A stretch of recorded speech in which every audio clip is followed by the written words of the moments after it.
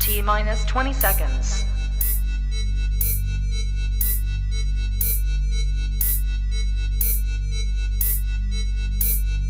10, 9, 8, 7, 6, 5, 4, 3, 2, 1, 0. Hakuna Matata, motherfuckers. I'm tired. Listen, I'm trying to tell y'all. Y'all don't know what's been happening with me. I had to talk to Lil Mama the other day. My mama, my blood mother, the motherfucker that pushed me out her coochie, calls me a couple weeks ago and says, "Yo, come pick up some food." I said, "Yeah, okay. Well, I ain't feeling good today." I sent somebody over there. They picked up the food, right? When they got here, they was like, come out to the car and get the food. I'm like, what the fuck? I'm thinking I'm getting a plate. I'm like, what the fuck? I gotta come to the car. You know what I'm saying? Man, I get down to the car, right? And it's like fucking a shitload of food. It's like this motherfucker not cleaned out her refrigerator. She cleaned out her deep freezer. So I had to end up throwing a bunch of shit away. So they said, man, I don't know what's going on with your mama, but she getting ready to move. I said, she getting ready to move where? I said, I don't know. She got boxes all over the fucking house. So then my black ass, I try to be on some grown man shit. So I call mama up. I'm like, yo, mama, what's going on? How you doing? And Blase, Skippy, what's going on with you? I said, you moving? She said, yeah. I said, when you moving? She said, the 15th. I said, 2 fucking weeks? She said, yeah. So I knew automatically. Because I know my mama. My mama has been talking about moving for 20 fucking years. Has never fucking done more than put a fucking sign in front of the house, but ain't never fucking sold that house. She's complained about how much she was selling the house for, all this shit. So then I said, man, something didn't happen. Like, what's going on? So I had a conversation with her. I kept pressing her. She said, well, I wasn't feeling too good that day, and I passed out. I said, you fucking passed out? She said, yeah, I passed out and shit, So I'm going down to Memphis in 2 weeks. I'm gonna be with Betty. And I said, oh shit. So G, let me tell y'all about this fucking week. She told me last week she was gonna get a U-Haul. Well, not even a U-Haul. She said she'd give you this whole story. She said she was gonna get some movers to help her move. I said, okay.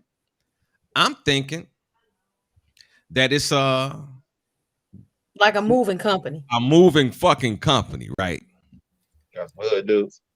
Let me tell you what this motherfucker. So then she says to me on Sunday night or Monday morning, 1 and 2. She says, well, yeah, the movers will be here tomorrow.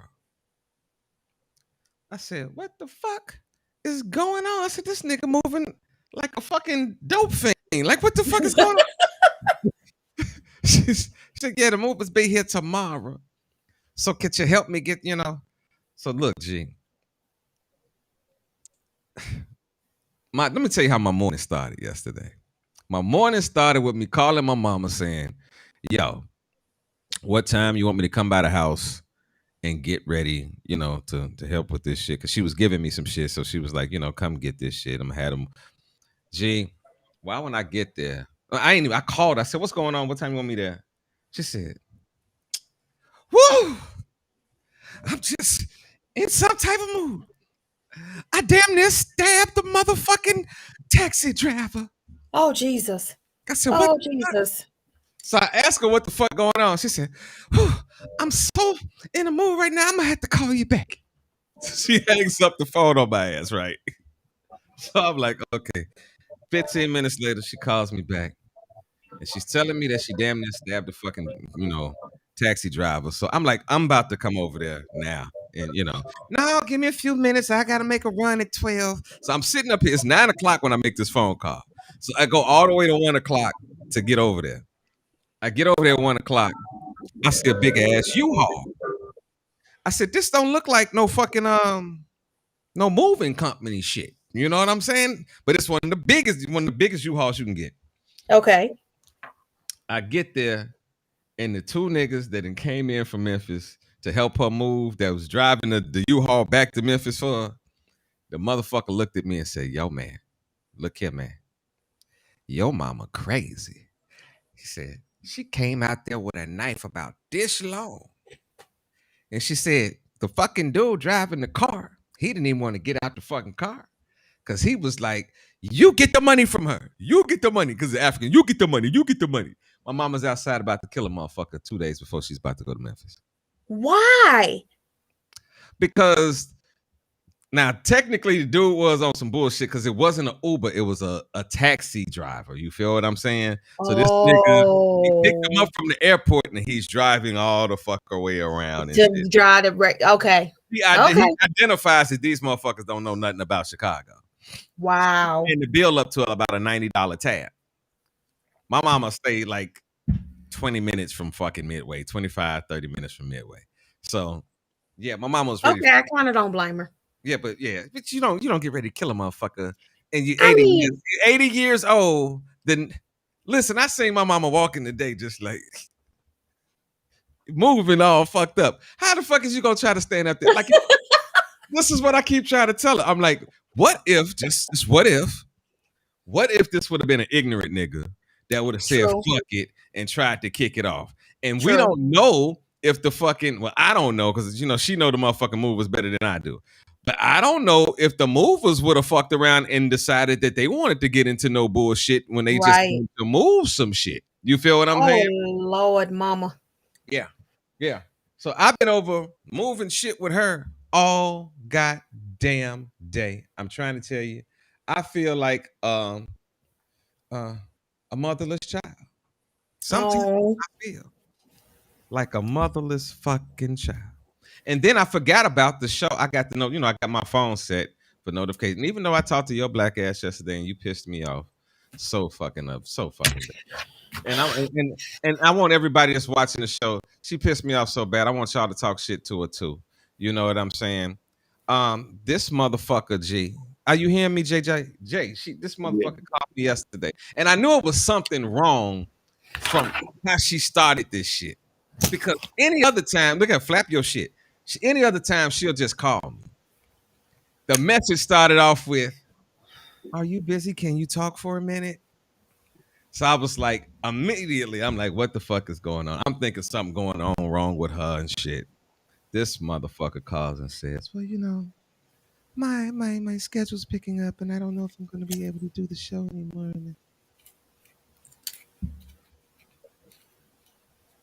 First of all, I don't sound like that. Made you sound like Prince doing the pickup game. Second of all, that's what she sounded like. Can I have to do? She was acting all fucking sorry and shit. I knew it was something, G, because she talked to me for like 5 minutes before she dropped it on me, though.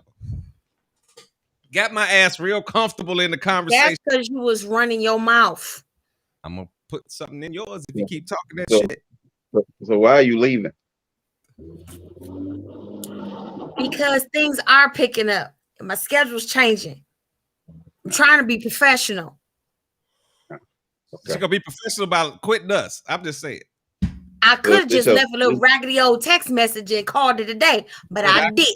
And I could have popped up at your crib with an AK-47 and shot up your whole shit like the DC sniper, but I didn't. That's that shit. That's that shit. What I tell you, got shot like dude trying to lead a jail. I told her yesterday, I said, listen, man. I said, man, if it, I feel some type of way. I feel like coming out there right now. Didn't I say that shit yesterday? Didn't I say? Yes, you did. If my mama wasn't doing all this shit and drive me up the fucking wall, we would probably be doing this show right now from her crib. And I'd be choking the fuck out of her right now. I probably would. So what's this, your respectful 2-week notice? Actually, 1 week. Hey, motherfucker. And then she said, this is what she gonna say. Well, I can do tomorrow's show, just like, I'm like, motherfucker, you doing tomorrow's show. You just not gonna call me and tell me it's over. Motherfucker. He'd have cussed me out. What's funny What's funny is if you didn't say nothing today, I was like, I guess we ain't having the show today because I know we were supposed to have a meeting too. I'm over here like, okay, I guess we're not doing this. My mama threw off the whole fucking meeting shit. My mama that's a lot going on. Listen, my mama was supposed to move initially on Friday, then it went to Thursday, then it went to Wednesday, and then it went to yesterday out of nowhere. I'm trying to tell you. I done had to call my job 2 times and be like, okay, I'm taking off Thursday. You know what? Call next day. I'm not gonna be Thursday, it's gonna be Wednesday. Guess what? I'm not gonna be Wednesday, it's gonna be Tuesday. Family will drive you to drink. Like I had to tell her today, I said, look here, woman, I got a real job. After you leave a motherfucker, you better hope that these motherfuckers still got me on payroll. Seriously. Why you got me running around here like a fucking Hebrew slave? But I love my mama, y'all. I know. I'm depressed. I really am. Don't be be depressed about your mama. Don't be depressed about me. I ain't talking about you. I'm talking about my mama. I get moving. You should have heard him yesterday. That was a whole nother thing. Lip poked out, all down to the floor. Y'all funny. Man, I want to pee on her sandwich. So, but what's been going on with you, Big J Dog? I miss y'all motherfuckers. I do. I miss y'all motherfuckers, man. Nothing. I'm starting to how you say, like, trying to just cleanse my spirit. Trying to think of just better ways to live my life. Going out to Ohio in like 2 weeks. Then when I come back, I got some stuff that I actually want to start dipping my toe in and see like how it takes off, just to make like more income come my way, so I can like just move out my mama out. And 2, just live better. I feel you on that. That's what's up. That's what's up, man. We all got to strive and do something life better for all of us. You know what I mean? Like at the end of the day, we bullshit. We have a lot of fun, but you know, I told her yesterday. I said I was gonna do this. I said I love my Tay. Aww. Tay, I love you. You little motherfucker. I hope all your dreams come true, but I hope you get the most backhanded compliments. Just feel real like shit because you. Yeah. All right, yo, check it out. I'm gonna go ahead. We about to get into this shit, man. About to bring this the other day, but I want to see what y'all got to say about this. This man. This is to see her face. She used to talk a lot of that shit. Here we go. Back in the day, but man, let's listen.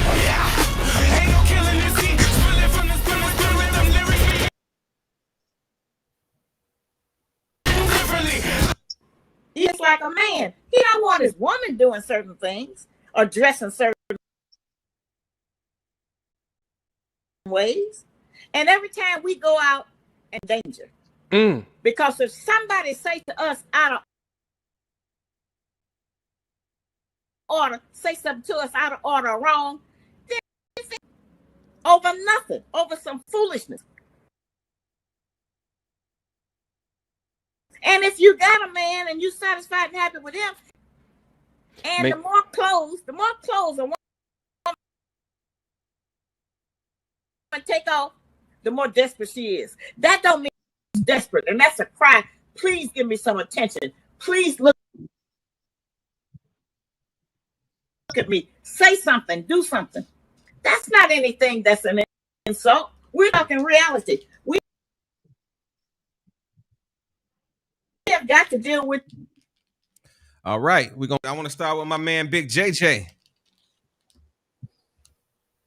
Well, I feel like a woman can wear whatever she wants. Now, what she was talking about, but it is consequences. Like, I understand if some women are out here because that's part of their brand, or anything like that. I do understand that, but like when I met my fiance, she used to always have a breast out and different stuff like that. And then when she got with me, she still dressed like that. I looked at her like, why are you still dressing like that? Like, I like it, but soon as somebody say something to you, because I'm one of them dude. I want to do that if somebody can say anything, because it don't matter. Okay. As long as they don't hit you, then I really could give two damns. Okay. That's like when motherfuckers don't let them say that to you. I don't really give a damn. Right. So, but when women come out here, like, and I understand how some women say, well, the quote unquote, it's for me, not for you. But if I don't compliment you or do something like that, then you're mad.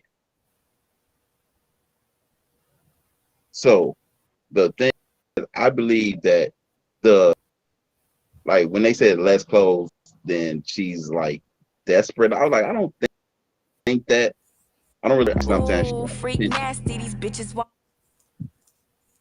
the fuck. I don't even know. Just keep going. Freak Jesus, what is that? Yeah, but I mean, they can wear, like I said, they wear what they want to, but the consequences still gonna come from wherever you at.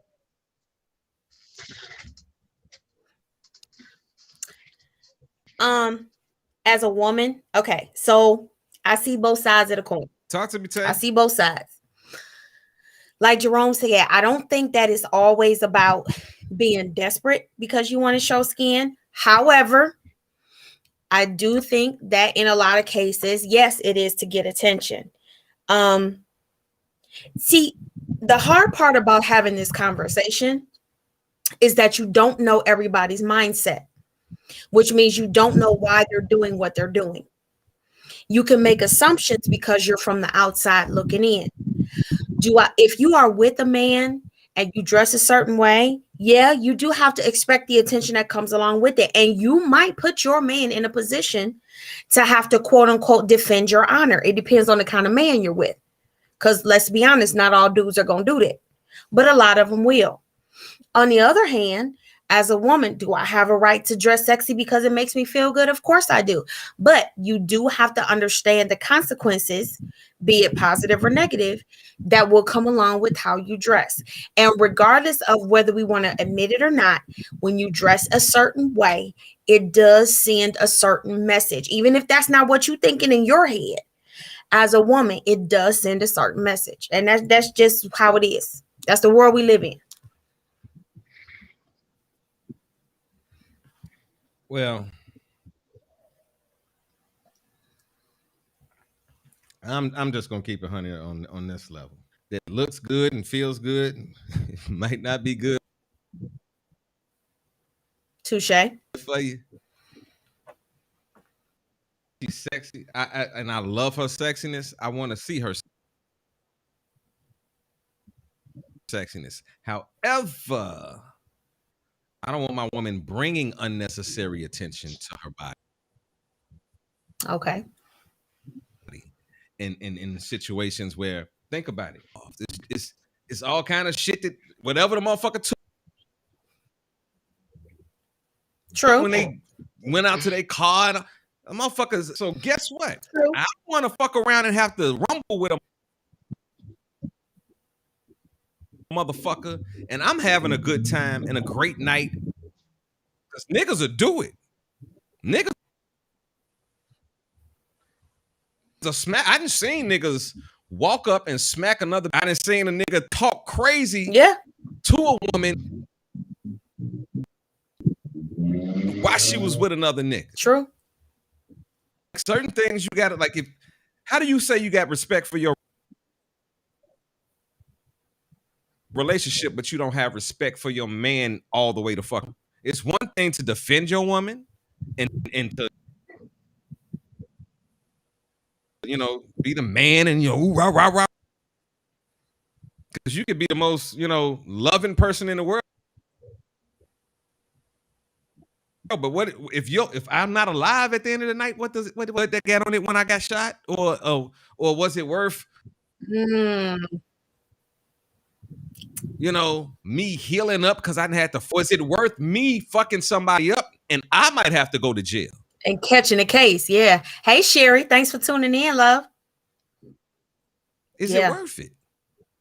You know Yeah, what I mean, no, Like, those are all questions. Those are all fair questions. So, Jerome, I because have a some of question us for out you, here though. got real attitude. I have a question for you. You said when you met your girl, when you met your fiance, you know, she would wear her breasts out and everything. Is that what attracted you? Part of what attracted you to her? Yeah.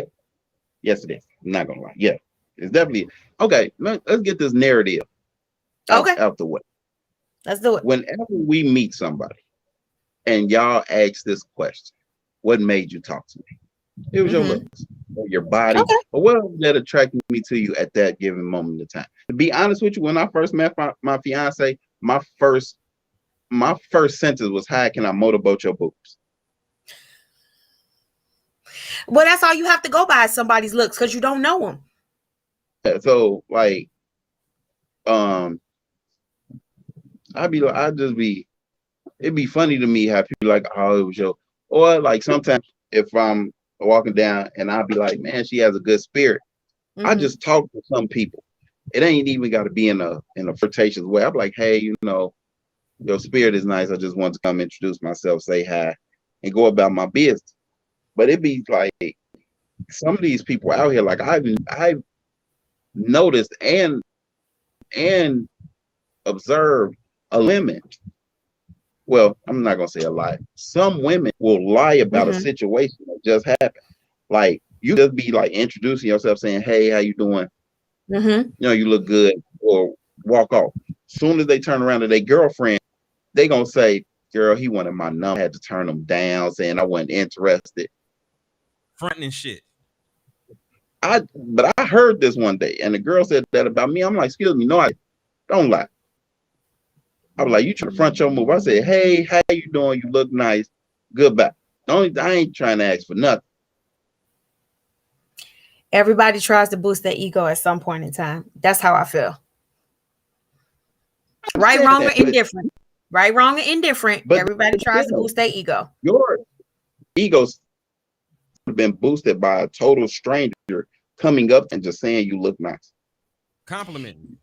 Right. And how many people do you know are taught to just accept a compliment? That's the question.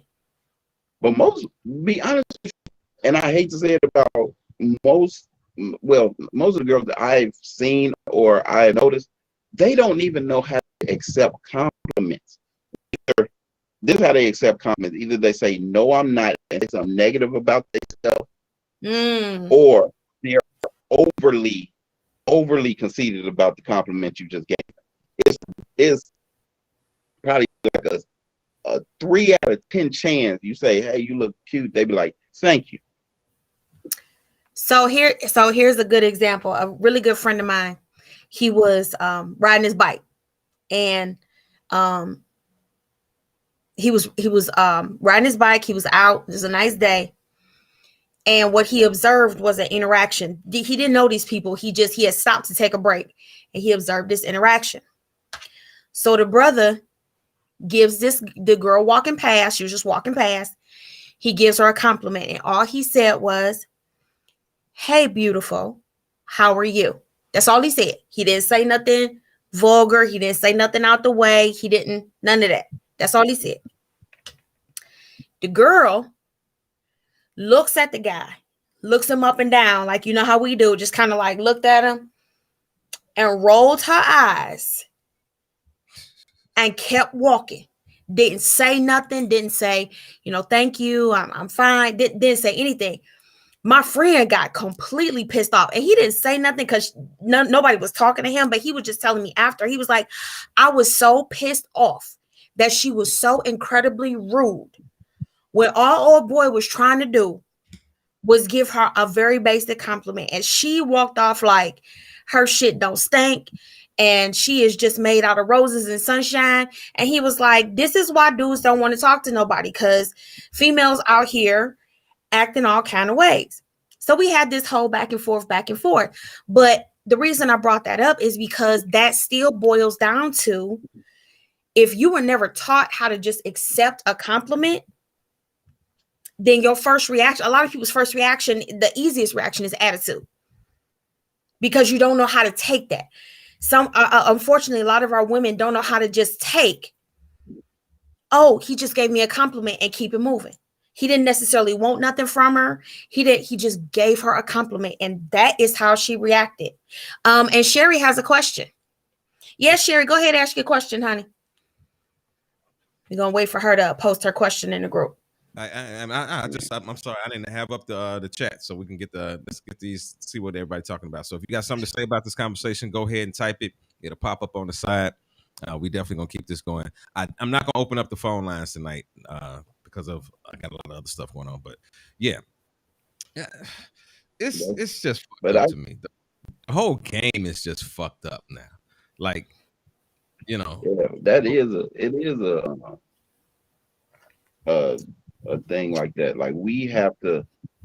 That's like with us guys. Like with now. Like, if you notice, some are still bold, but as far as I would say, what the Me Too movement and different shit like that happening, is kind of getting scary. Yeah, I for agree. you to even kind of approach a female now. And just given the circumstance, I understand why some of these women might have attitudes. Also, that's kind of like the what was that, the clip that we had where dude was saying something to the females they was at brunch or something, and dude was like, I'm gonna go to the trunk, and he went to the trunk to go pop him. That's what we were like, talking about. I was like, it is never that serious. Well, Absolutely. girl tells you, no, like, where's your pride at that you don't even care about jail?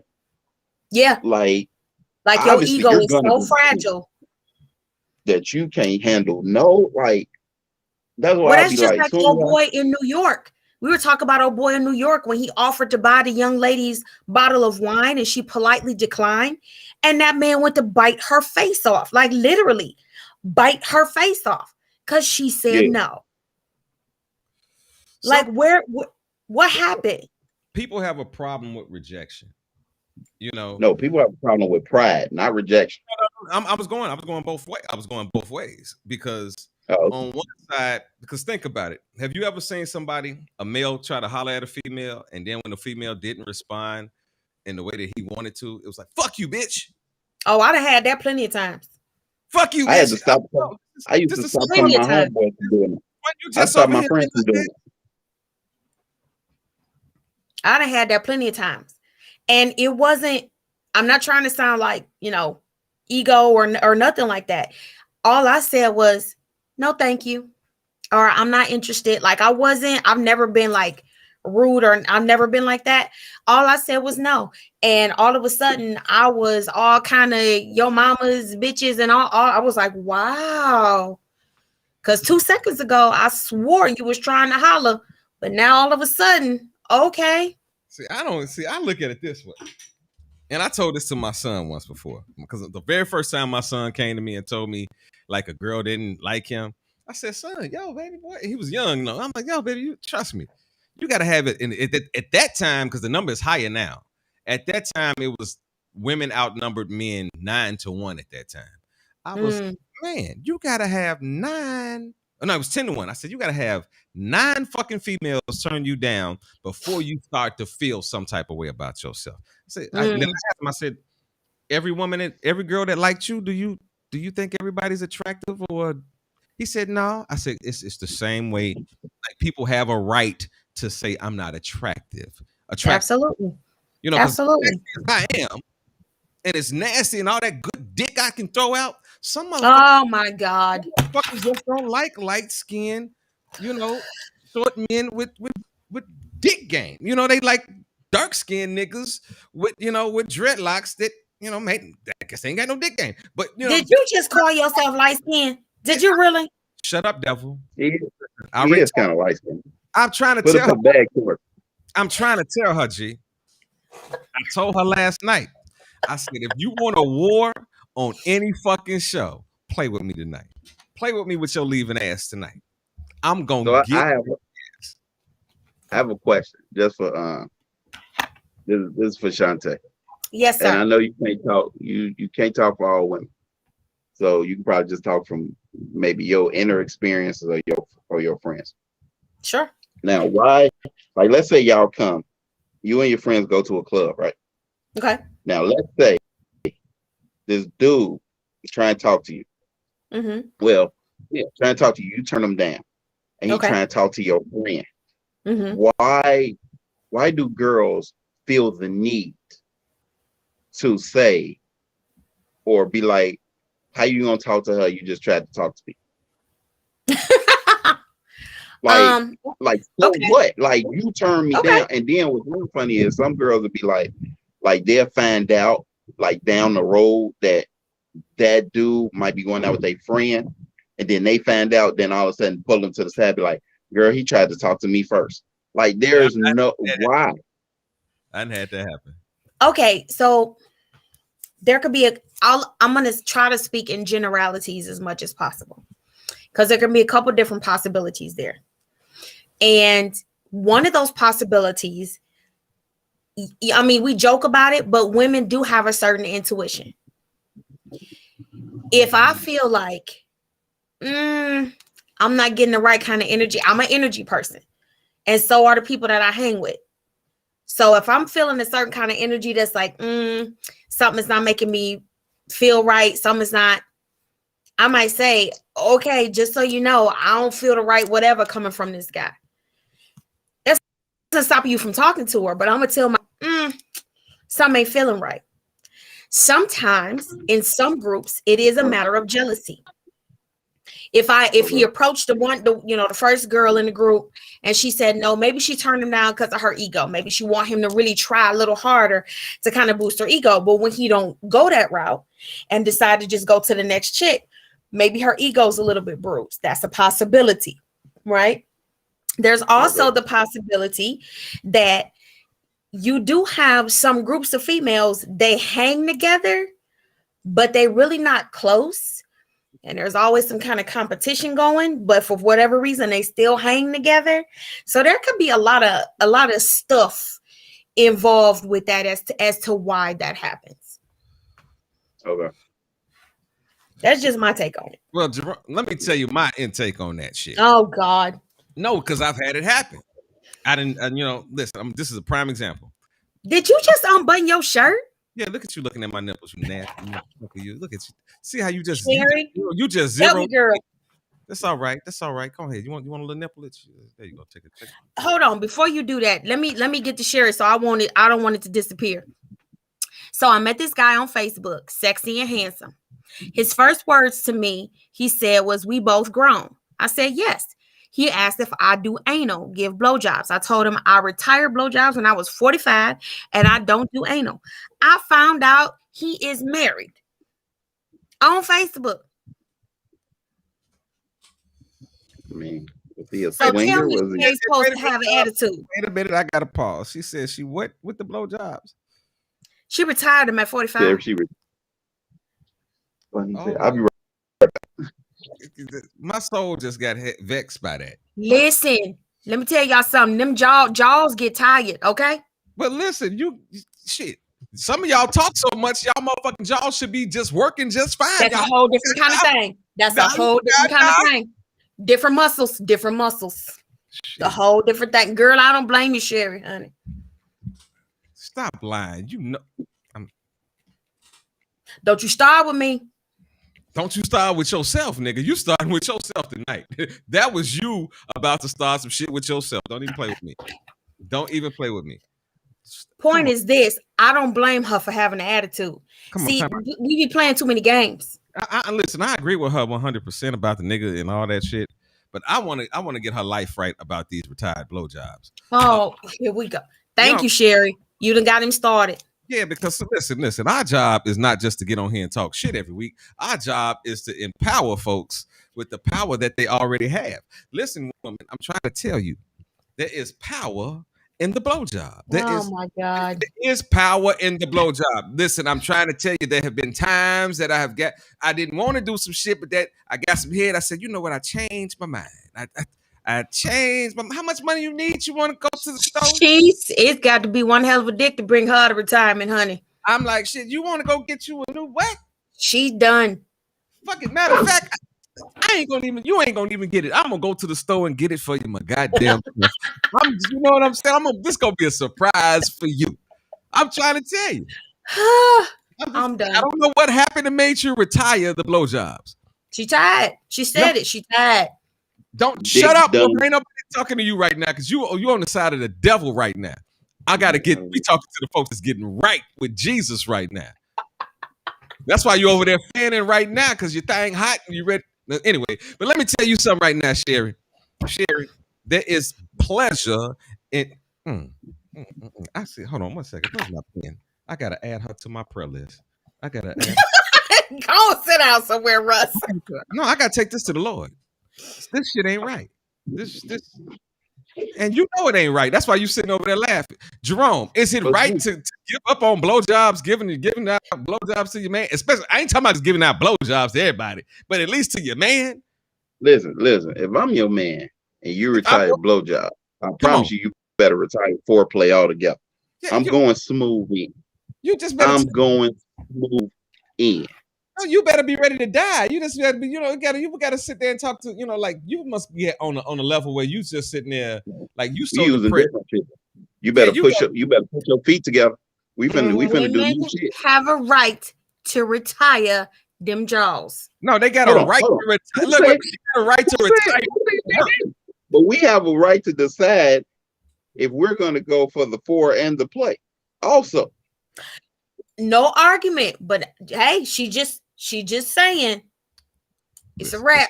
Listen, let me tell you something. You have the right to retire, but until you get a watch and they say bless you on your we have the right to remain silent and not invoke our gag reflex. Sherry, I understand. I understand. You better push your feet together, bend your elbows, and grease them up. Sherry. You see how you have turned our whole fucking show around, Sherry. We was talking about something very serious. I don't even remember what the fuck we was talking about no more because Sherry rejection. That's right. We ain't even getting blowjobs from her right now, and we feel rejected. Am I right, sir? Am I right, Jerome? Yeah. So, Sherry, okay, since you told us after 45 you retired, how old are you, Sherry? Come on, talk to me. Did you just ask a woman her age, really? Goddamn right. You doing I asked a woman her goddamn age. You goddamn right. That? That's what we doing? Okay. Sherry, you ain't got to answer that question. This is a door. No, I'm gonna be honest. She halfway opened the door once she said, after 45, I retired. Yeah. So after that, I'm gonna ask you how old you are. Now, if she say 46, I'm like, so you're newly retired, so you can go back to work. That fool said you can go back to work. I hate y'all. I hate both y'all right now. No, you ain't never met somebody that was retired and they be like, I hate both y'all right now. Do something. Like I'm that's not. newly retired. I'm not. No, you know what I just thought about, G? You know how sometimes let her watch it get up, go up. Wait a minute, G. You know how like you ever been at work and then you had to like take off because you was sick or some shit and you got back and there was a lot of fucking work to do? I'm trying to tell you got a lot of fucking work to do. And she still ain't dropped that age. We got to see that shit. Y'all better leave her alone. I love her. I got nothing but love for her, but she got to explain to me about what 45 means and the cutoff switch for penises getting licked on. Can we get back to her initial statement about this fool lying to her? No, I told her I agreed with her. I was rocking with her until she said, like, I retired penises. So let me ask you two men, gentlemen, why is it that we have this drastic reaction when we tell you guys? What do you think some of it is when we get this drastic, violent, aggressive reaction to men when we say no, thank you, no? And I'm not talking about being rude and cussing somebody. That's not what I'm talking about. I'm talking about basic thank you, but no thank you. Thank you for the compliment. I got a man, or whatever the case may be. Where is all of this aggression towards us saying no coming from? in you guys' opinion? Well, Hey, Courtney Boo. not only I was about to say, don't hate Courtney. She later sale again. Talking about what I Leave missed. Courtney alone. That's her every. That's how she come into every show. What I missed. No, sit your ass down and catch up. Goddamn it. Know what you missed. We up here talking about women that's not giving blowjobs no more. We talking about retired. No, we not. No, we not. We talking about rejection. Answer the question. Read the comments. As we got retired blowjobs in the comments. I'm not fucking crazy. They right over there. They right there. They right there. You see him? I'm pointing to him right now. Jerome, can we start with you, please? Pride. That's basically what it is. It's pride. Pride is a motherfucker. Like, especially like, let's say you are going out, you probably feeling yourself a little bit too much, got a nice outfit, might got your hair done, you know, everything on everything just popping. Just I know that boy. feeling. So you think in your head, so you finna hit the town, and your mindset is, I'm finna get any girl I want. That's your plan.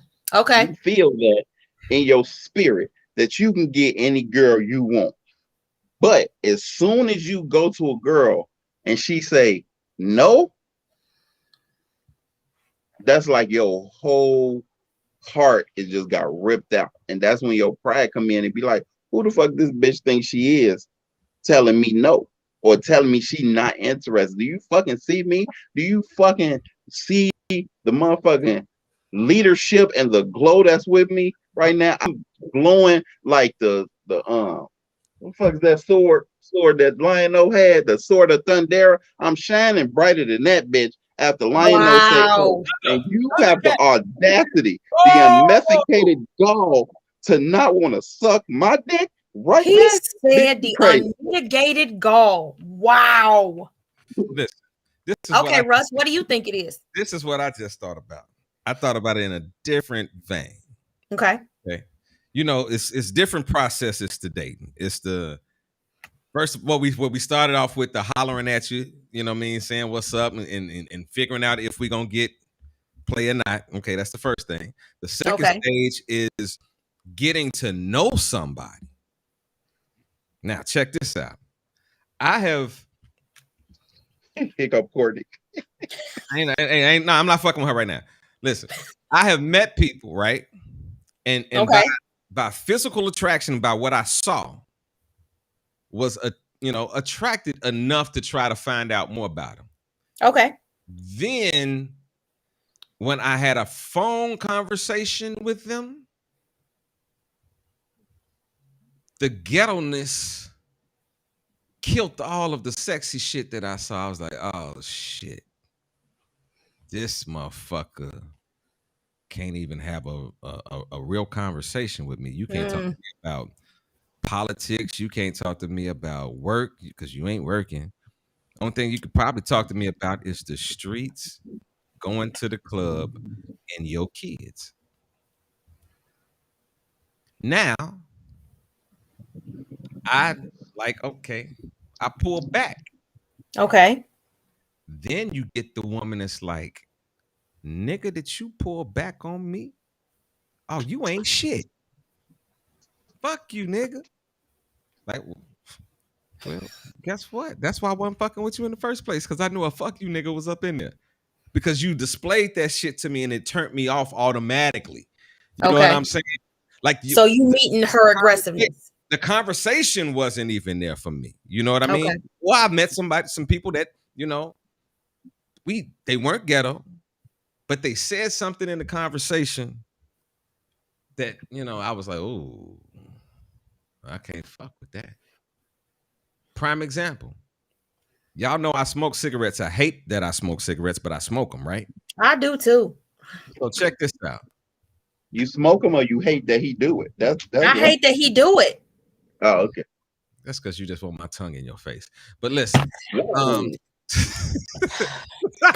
I told her to fuck her up her last show. She getting fucked up tonight. So check this out. Which face? Stop. Both. Don't help him, Jerome. Bang, bang. Don't help him. So listen though. Now check it out.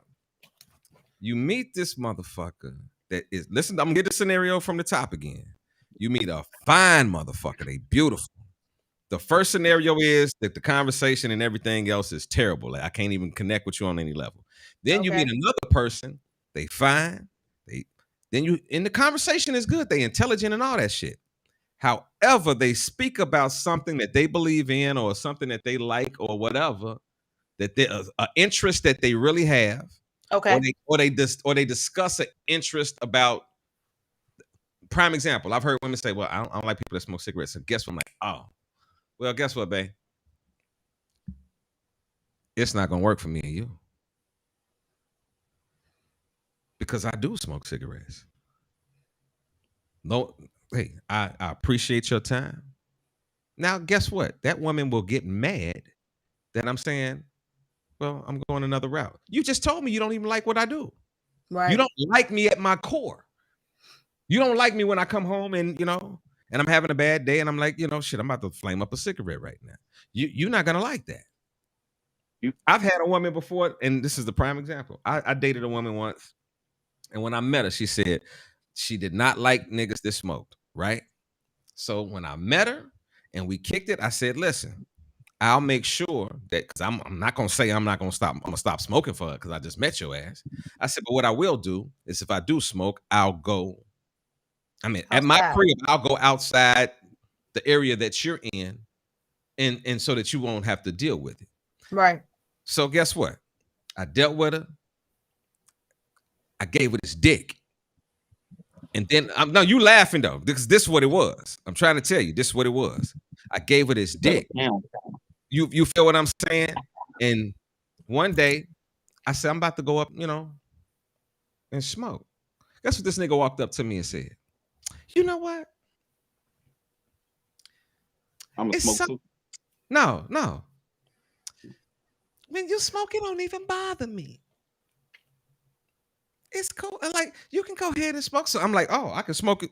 Yeah, you good. Now, guess what? When that relationship went bad, I'm listening to this motherfucker on the phone like, and this nigga smoking.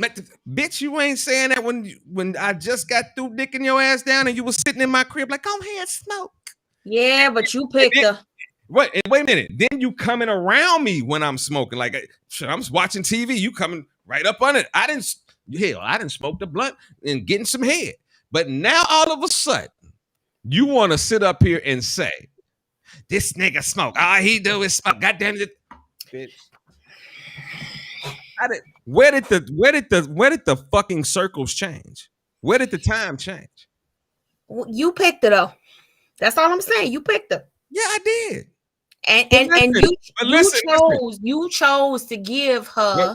Whoa. You see, y'all about to bring this to me. When I met her, I told her what I did. She said, whoa, listen to this. I get that. Listen to this. The story was initially, I left the area to go smoke. She said,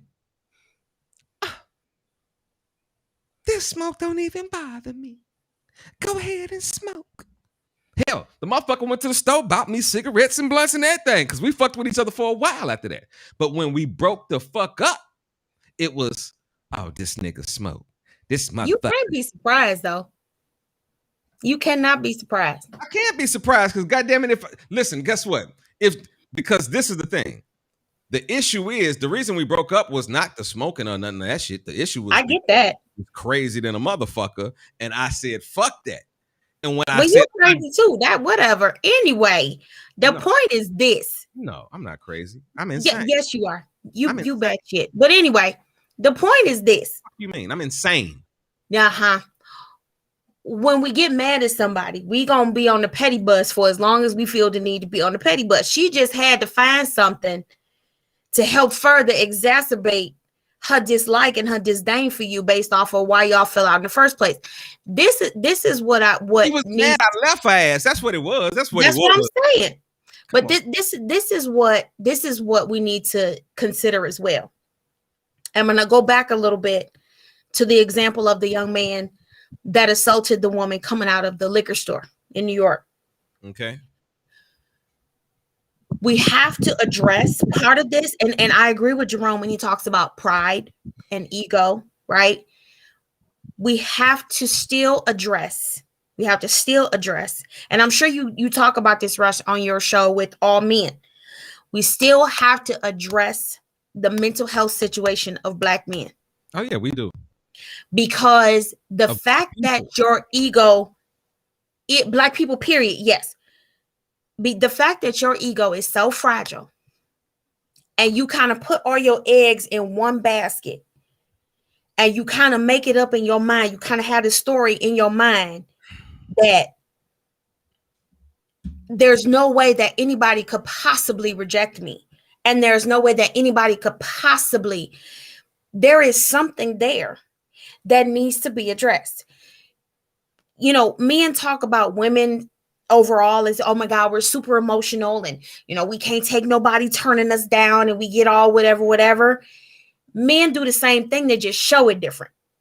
And unfortunately, a lot of the ways in which they show it is really, really aggressive because you also have testosterone in the mix. So they're really, really super aggressive. And man, when it goes from 0 to 60, damn, it goes from 0 to 60. Well, that's because I said this on many of shows before. Young girls, when at early development ages, girls have conversations about relationships, sex, all that shit. Y'all talk about everything amongst yourselves. Young men don't do that. Yeah. You know, only thing young men say is I'm fucking. That's because that's the only thing that makes us feel like we're cool amongst other men. You feel what I'm saying? That's a big thing. So the first time a man actually gets his feelings hurt, broke, or whatever. No, don't know how to handle it. Don't have tools, nothing. Listen, he don't have nobody to talk to. So he just walks around angry, bitter, all that shit. That shit is just built up in him. Especially, listen to what I'm saying, especially if he really cared about the person. Oh, put that on a t-shirt. Because guess what? Some niggas have gotten pussy before they ever cared about somebody, and they fucked and kept doing, they had a little record. They was a playboy. But when they met that one woman that they really wanted to fuck with, but she didn't want to fuck with him the same way, or she fucked around with somebody else, or she did something. I'm telling you, how many young men do you know under the age of 21?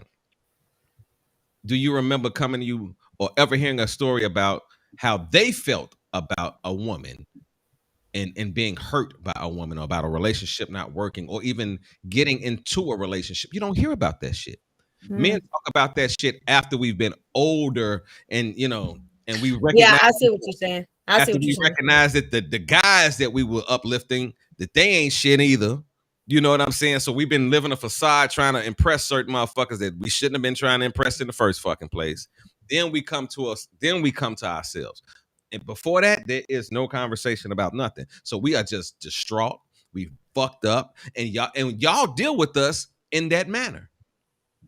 Yeah. That's why if you pay attention to, even, I don't care if it's on a street level, educational level, whatever. And when you think about young men and when they fuck with a woman, man, especially at that young age, the woman that they really fuck with is the one that's boosting their ego on a level that they ain't never felt before.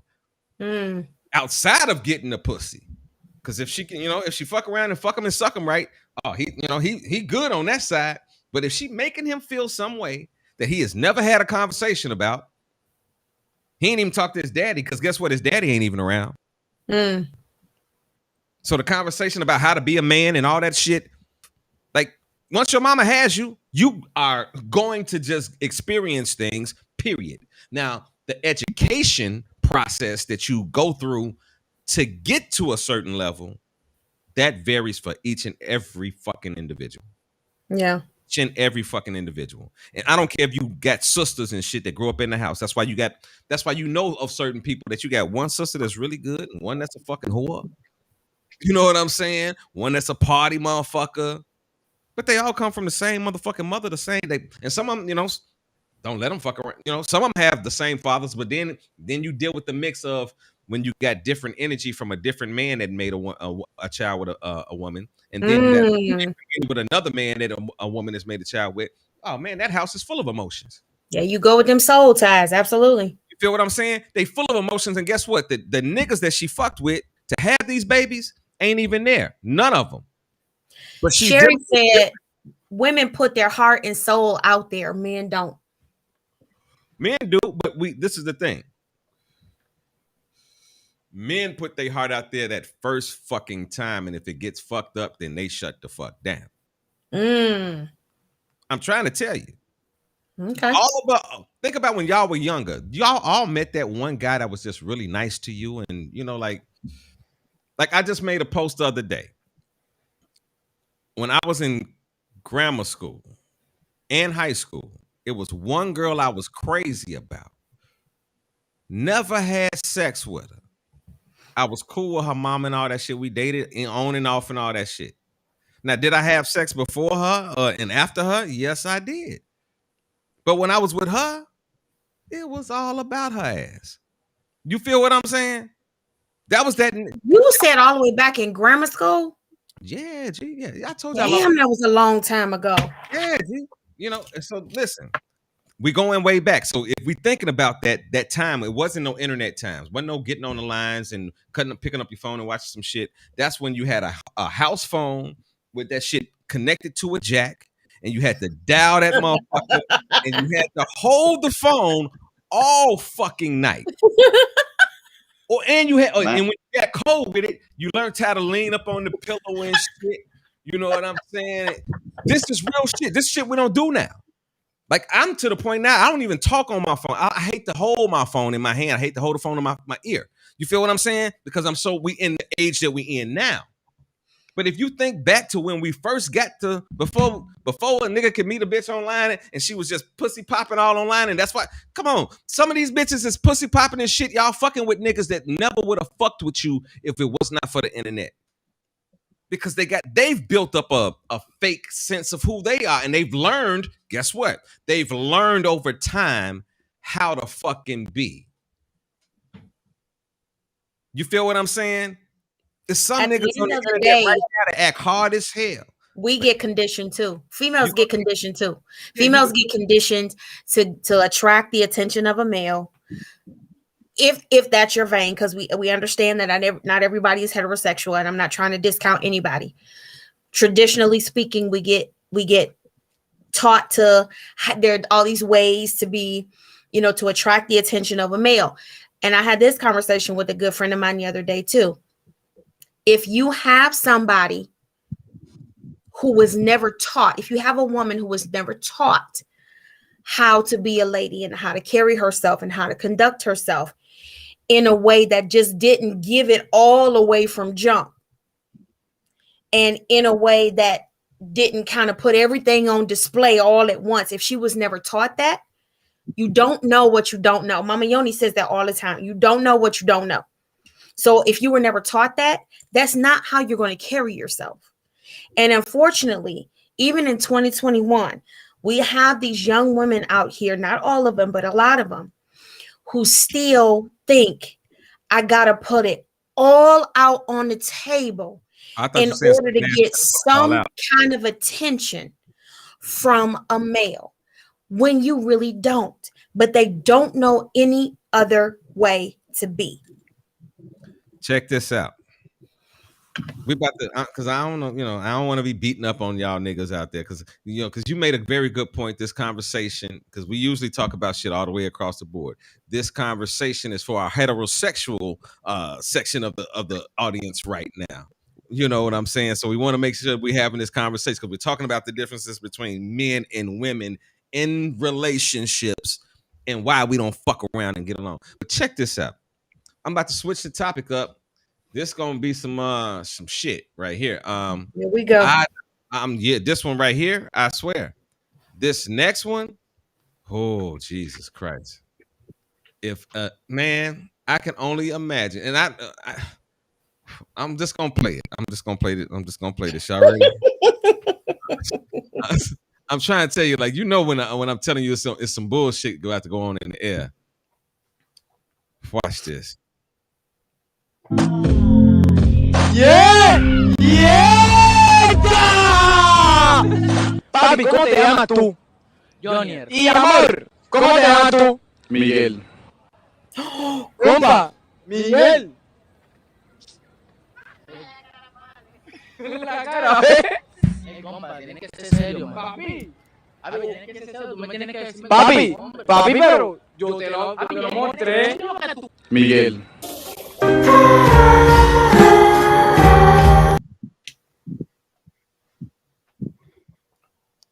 Is that fucked up, G? Is that fucked up to do to somebody? Like, but this is my question though. Oh boy. I looked at Miguel and saw Michael. I did. Miguel had a strong Michael ass face. And them titties look, and I be trying to tell, I don't know what's wrong with y'all, this generation nowadays. Y'all so used to these prosthetic titties. I don't like nothing prosthetic. I like shit that move, jiggle. You know, Who is y'all? It's a lot. What you mean? It's a lot of fucking women out here right now with a lot of prosthetic shit. They got fake tits, fake asses, all that shit. A lot of shit is going on. That's a different conversation. But I still know the difference between a motherfucking man and a woman. And you know, Jerome, I mean, how do you feel about that, brother? First of all, would you have been in that situation? Do you think that that a motherfucker could have slid up on you and been like, yo, kiss this bitch, and you find out it's a nigga after that? Do you think that you could actually be in that situation? Do you think that could bang bang pop for you? I'm gonna say this. Since me being around a lot of like drag queens and I had I would say the blessing to be around drag queens at a young age, so I can kind of tell, what the fuck is happening, what's going on. If I did not have that knowledge and like I was like in a drought, I might have failed. I'm not gonna lie, I might have failed for the okie doke. I might have. He's in a drought. Listen, I might have fell for the okie doke, because sometimes you be looking, because I ain't gonna lie, sometimes these real women out here be looking real mannish. Not gonna lie. Like you be looking like I just spit shit all over my room. That's why let's go ahead do it. We all truthful around here. Yeah, we all that's the thing. Like shit, I done seen a lot of women. I done seen a lot of women that look like they need to get lined up like me. But the thing is, as soon as I found out that was Miguel, it was only two things that was gonna happen. Either I'd have accepted it or somebody getting fucked up. Like, and it was, what's funny is it'd have been, and this is just me, I'd have fucked up the dude with the microphone. Because the dude with the microphone set that up. He set it up. The she man, she already knew what she was here for. She was here to kiss a straight man. I went in there thinking I'm finna kiss a woman. I'm finna fuck dude with the microphone. I can get that. I get that. Hey, I was wondering where you was going with that, but I get that. But see, like, this is the thing. Okay. Now, listen to this. Listen to my point of view before y'all beat my ass up and say I'm wrong. There men out here that have changed themselves into women, right? Yes. And there are women out here that have changed themselves into a male aspect, correct? Yes. No disrespect to if anybody's watching this show, because this is not to be disrespectful. I mean that in the utmost regards. But every woman that I have seen that has been in that lifestyle where she portrays herself as a man, I can still see the woman in her. I can still see, even if she didn't have titties and she wore some shit to press her shit down, I could still see the woman in her walk, her it's, I don't care, like, cause some women y'all be trying to walk that shit, but I'm like, yo, and we had this conversation all the time. Maybe it's about where you from or what you did. I done been in the streets, so I know what niggas walk like. You know what I mean? And I know what women walk like. All types of women. I done seen all, I done seen them from the crackhead level all the way up to a woman that's high leveled in a position of a job. You feel I'm telling the truth. All of them have something in common. Now, when it comes to men, I feel the same way. Okay. We all got something in common, regardless of whether a motherfucker throws a wig on, grows their hair out and perms it. But when you start to look at them, you'll be like, okay. I'm gonna say this. I'm gonna say this even because listen, I'm gonna say this even in my man's defense down here. Even if I look at that motherfucker and say, you know what? You don't look too bad as a bitch, nigga. You know what I mean? You don't look too bad as a bitch, nigga. You still a nigga. I can see it in you. You feel what I'm saying? I can see the nigga in you. Go a week without shaving. I want to see it in. You feel what I'm saying? There's certain things about men that, like, I've been shaving all fucking week. This bitch just keeps coming. It keeps coming. I can't stop this hoe.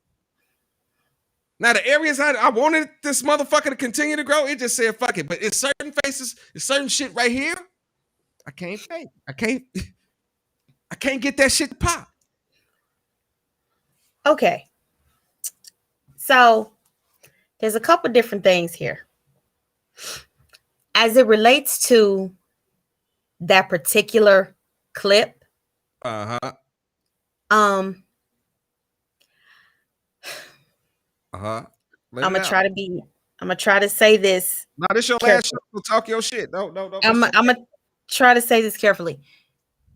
I think as it relates to the trans community, stuff like that contributes to the violence towards them. There is no reason for you to set somebody up as a joke and not prepare them and let them make the choice as to whether they want to engage with that person or not. This is part of the problem. It's not about whether I understand what you're doing, whether I agree with what you're doing, whether that's not what it's about.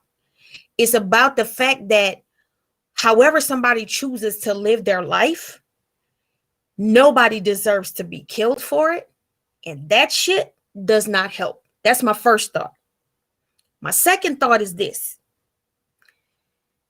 There are some trans women out there who have worked very diligently. It's not just about the surface. They've done the surgeries. They've taken the hormones. They've been working on this stuff for decades.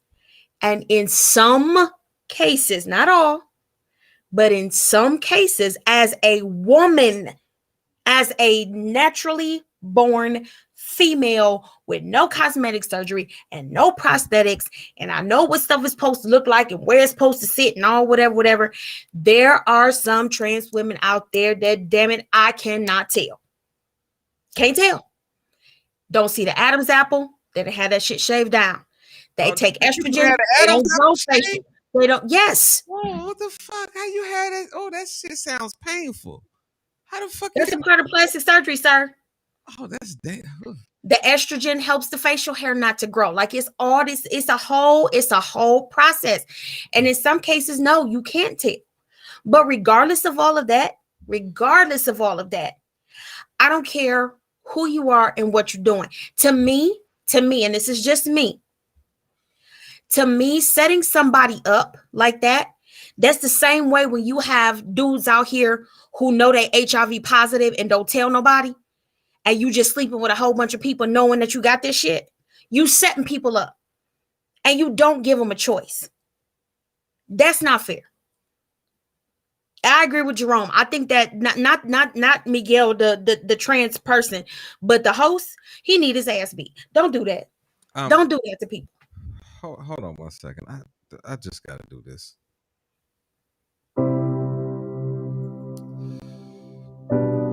To everybody out there that wants to shave they fucking esophagus off, What the fuck is wrong with you? God gave you a penis and a pussy for a reason. So that they can go like this. Just like put the penis inside the pussy so we can make more people that can put penises inside pussies. Because guess what? A penis cannot create another penis, and a pussy cannot create another pussy. Father God, in the name of everything that's right, because I know niggas just don't get it nowadays, please help the pussy get some dick. In the mighty, matchless, helpless name of Jesus. Amen. I'll let y'all go ahead about y'all business now. I'm done. Go ahead. Go. Just. Are you quite done? No, I'm not. That just fucked me up. Niggas are shaving. They fucking the apple. You supposed to know this stuff. No, I'm not supposed to know that shit. I'm not supposed to know no nigga is shaving they Adam's apple. That is too gay. That I'm not, listen, let me tell you something. Let me tell you There's something. a reason why it's called transgender. Shantae. Let me tell you something.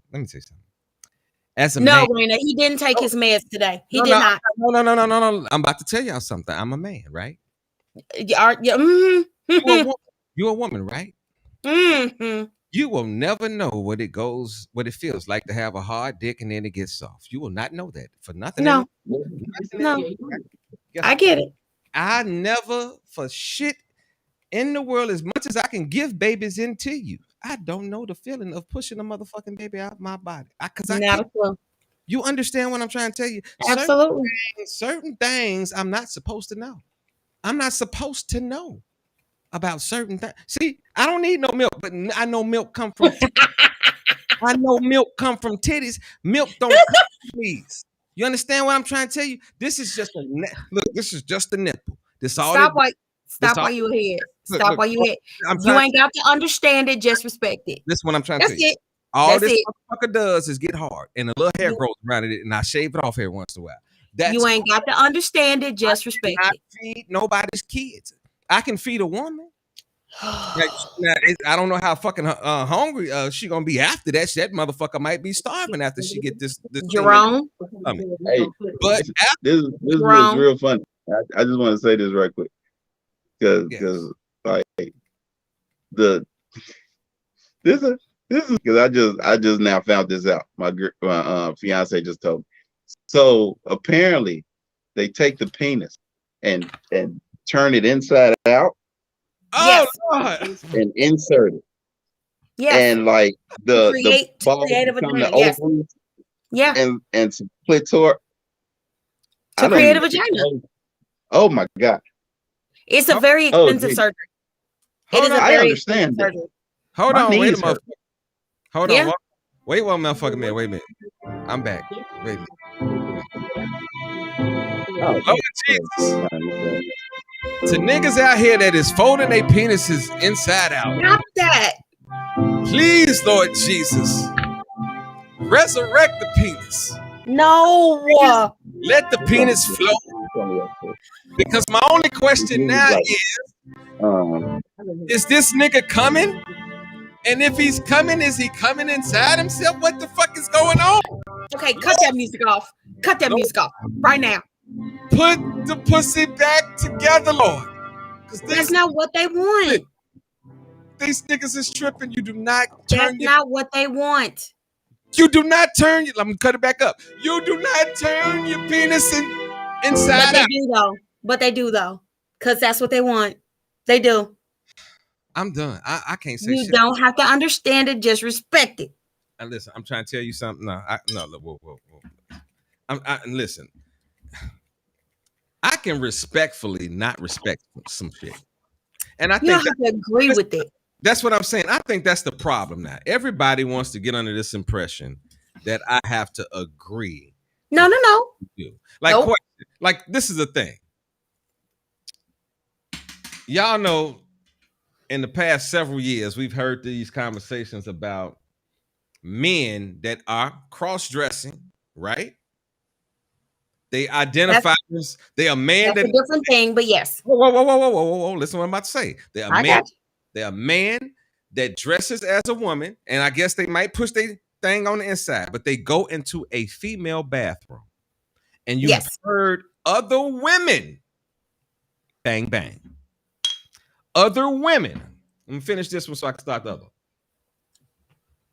Have an issue about a man dressed as a woman going into a public bathroom to use the bathroom. Yes. What the fuck am I saying? If I can't, and motherfuckers just want to agree with everything. I can't agree with everything. God damn it. No.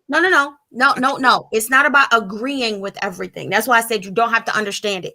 You don't have to understand it, and you don't have to agree with it, because there are things that people do and choices that people make in their lives every day that nobody's going to agree with. That's understood. And back in the day, we call that agreeing to disagree. Yeah, exactly. I'm just talking about you and this music. And we was just trying to help you get an understanding of the physicality of some of that process. That's all. Yeah, but you and this music, Lord Jesus. No, but in all seriousness, I'm in at the end of the day, I'm in the church, and so what you know we believe I know for folks. We believe we believe. Hallelujah. We believe in for folks. I get it. I get it. I get it. While you smoking and drinking, I get it. But anyway, my point is this. We were just trying to help you get an understanding, not to invoke you to change your mind. That was not the goal. I just want to be clear about that. Oh, Jesus. Because you feel about it how you feel about it. That's everybody's right. My heart beating fast, and I'm on the wrong side, but the motherfucking heart beating just. Whoosh. Well, if you close your shirt, maybe you won't have that problem. No, that motherfucker need to breathe. It needs to breathe now. This motherfucker definitely needs to breathe now. Oh. Do we have another clip? No, we have another clip? I do. Jerome has something to say. You little evil motherfucker. Come on, Jerome. No, I think on the part of this subject, I think it's just like you said, we agree to disagree, but I think we just trying to come to a mutual understanding. That's what it is. It's not the simple fact that you can't feel the way you feel, because we can't make you feel the way we feel to certain things, because maybe like certain events might have happened that made us see stuff different than you. So that's like when you get into an argument with somebody, or I get into an argument, I'm telling them, when somebody say walk a mile in my shoes, I won't be able to fit your shoes, but I can understand the journey you're taking. That part. Yeah, but no, come on. That part. Some journeys we can't understand. Let's see, like, listen. I just got through watching the DC sniper shit, right? They got a fucking they got a documentary on that shit, right? Yep. And even though I watched that shit, and guess what? I can figure out why they were both fucked up. Yes. I can't understand why the fuck they did what they did. Yeah. I can't listen. And if you don't know the story of the DC sniper, because this is what crazy to me is, we're in a time where a lot of these motherfuckers, y'all lived through this shit and y'all don't remember this shit. But it was a nigga that, and this is when we thought at this time black people didn't do it in a crime. Absolutely. Like I remember. This was some shit when it was going down. All we kept saying, all black folks was saying was, man, I don't know, that's a crazy white motherfucker out there doing that shit. But it was a motherfucker. And I'm gonna try to wrap this story up real quick. He was from Jamaica, and it was a kid that was from Jamaica. Okay, the guy was extremely John Malvo was his name, I believe. He was extremely loving with his kids and his family. You understand what I'm saying? He met this other young Jamaican boy over in Jamaica that his mother just abandoned his ass and left him in fucking Jamaica. The guy took him back to the States. He was married. He had kids with a woman. They had a wonderful fucking life. But somewhere along the line, he decided to kidnap the kids and go to Jamaica for 18 fucking months. Okay, for 18 months. So when he went there for those 18 months, the mother thought my kids might be dead. Yeah. Please with the texting because it's popping up and it's blowing the fuck out of me.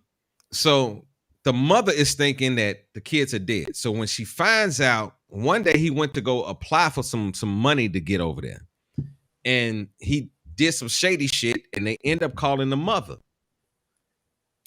I got your kids. She goes crazy. He comes back. They go to court. They tell him in court, yo, we're taking your kids and giving them to the mother. He specifically says like 3 to 4 times in a row. So you telling me I can't see my kids no more? And the judge is like, no, you can't see your kids. You on, temporary. So you telling me I can't see my kids no more? No, you can't see your kid. So you telling me I can't see my kids no more?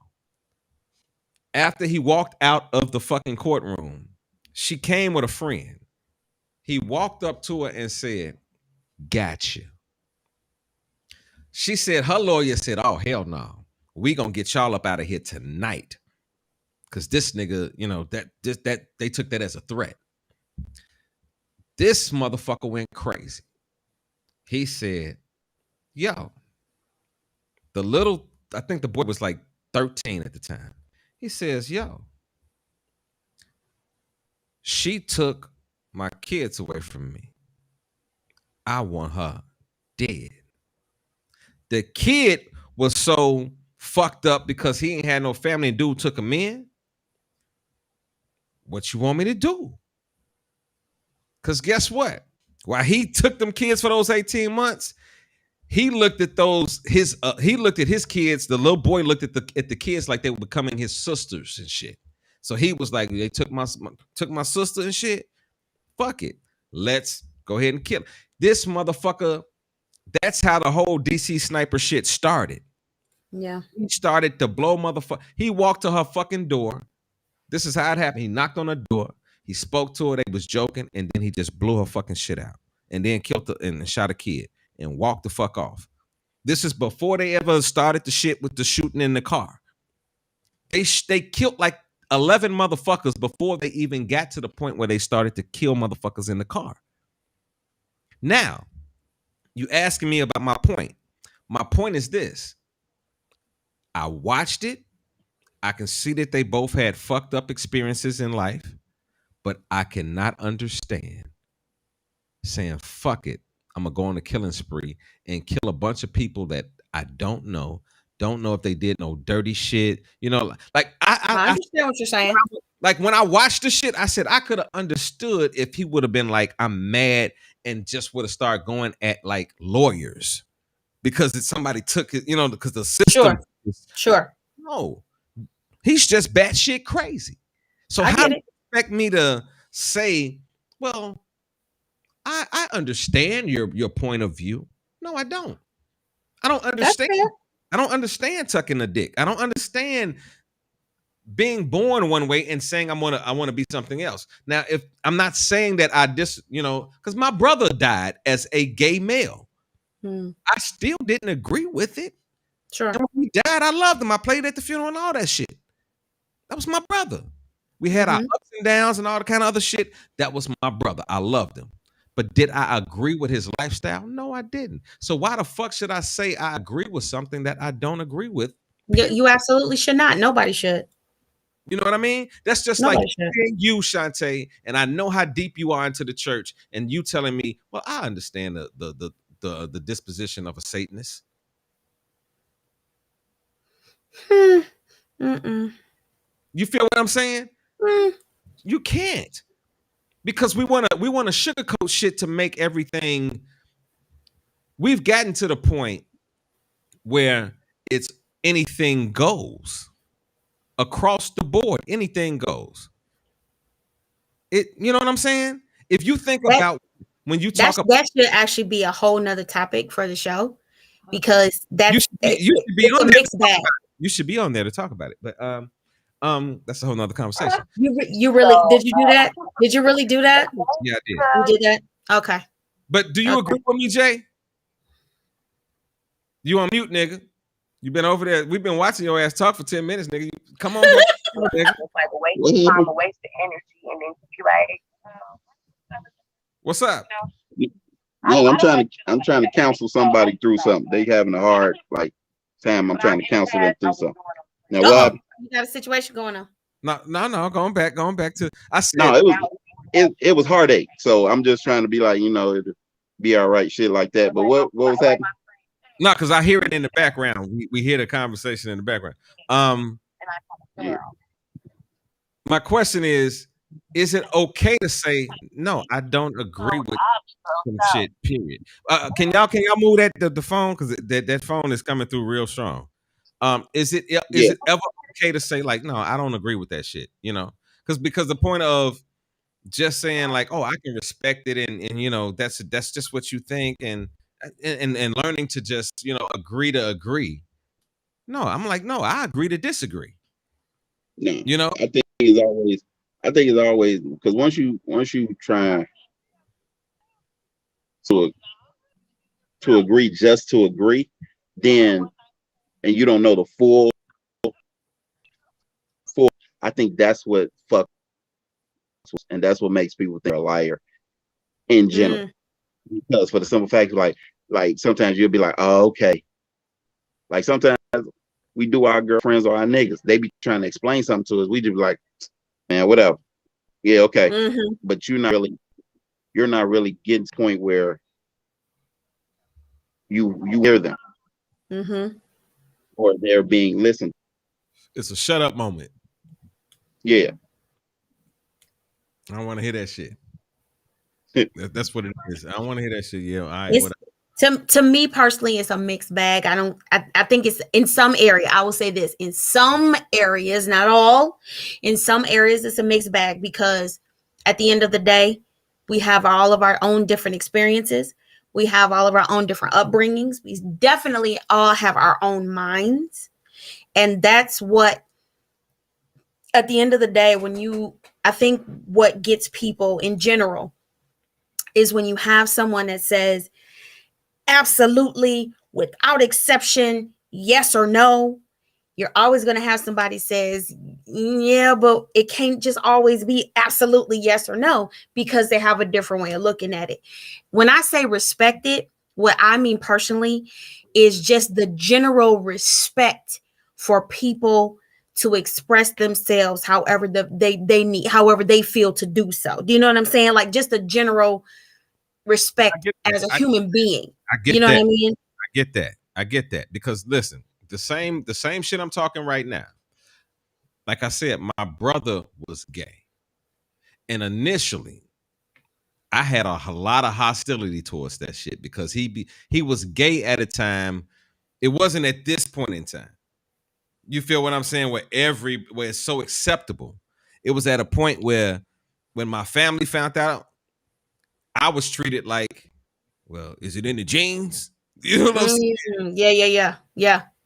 And I went through a lot of shit where people wonder why I'm like so the way I am, because it was partially the way I was raised, because it was like, look at how he walk. Look, so I was like, man, what the fuck is you talking about? You know what I mean?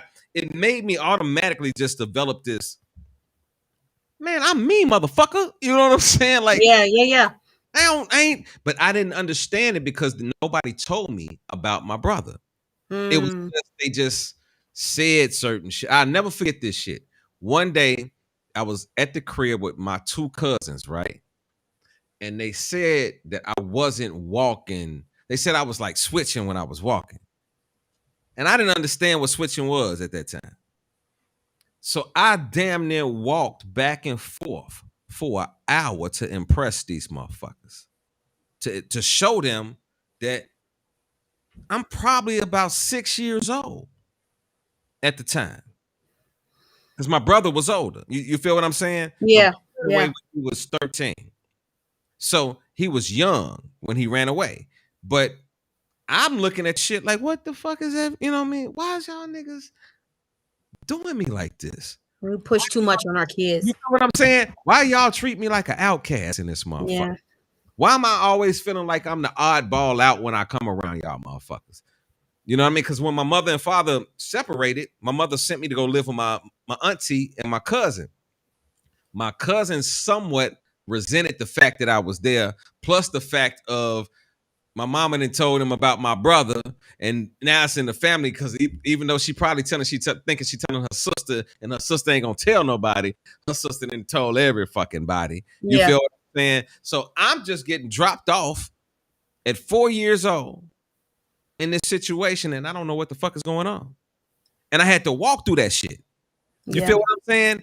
By the time I found out that my brother was gay, I was in fucking high school. I was riding home, and my mother told me, like, you know, your brother contacted me, and you know, and she said, you know, like, he's gay.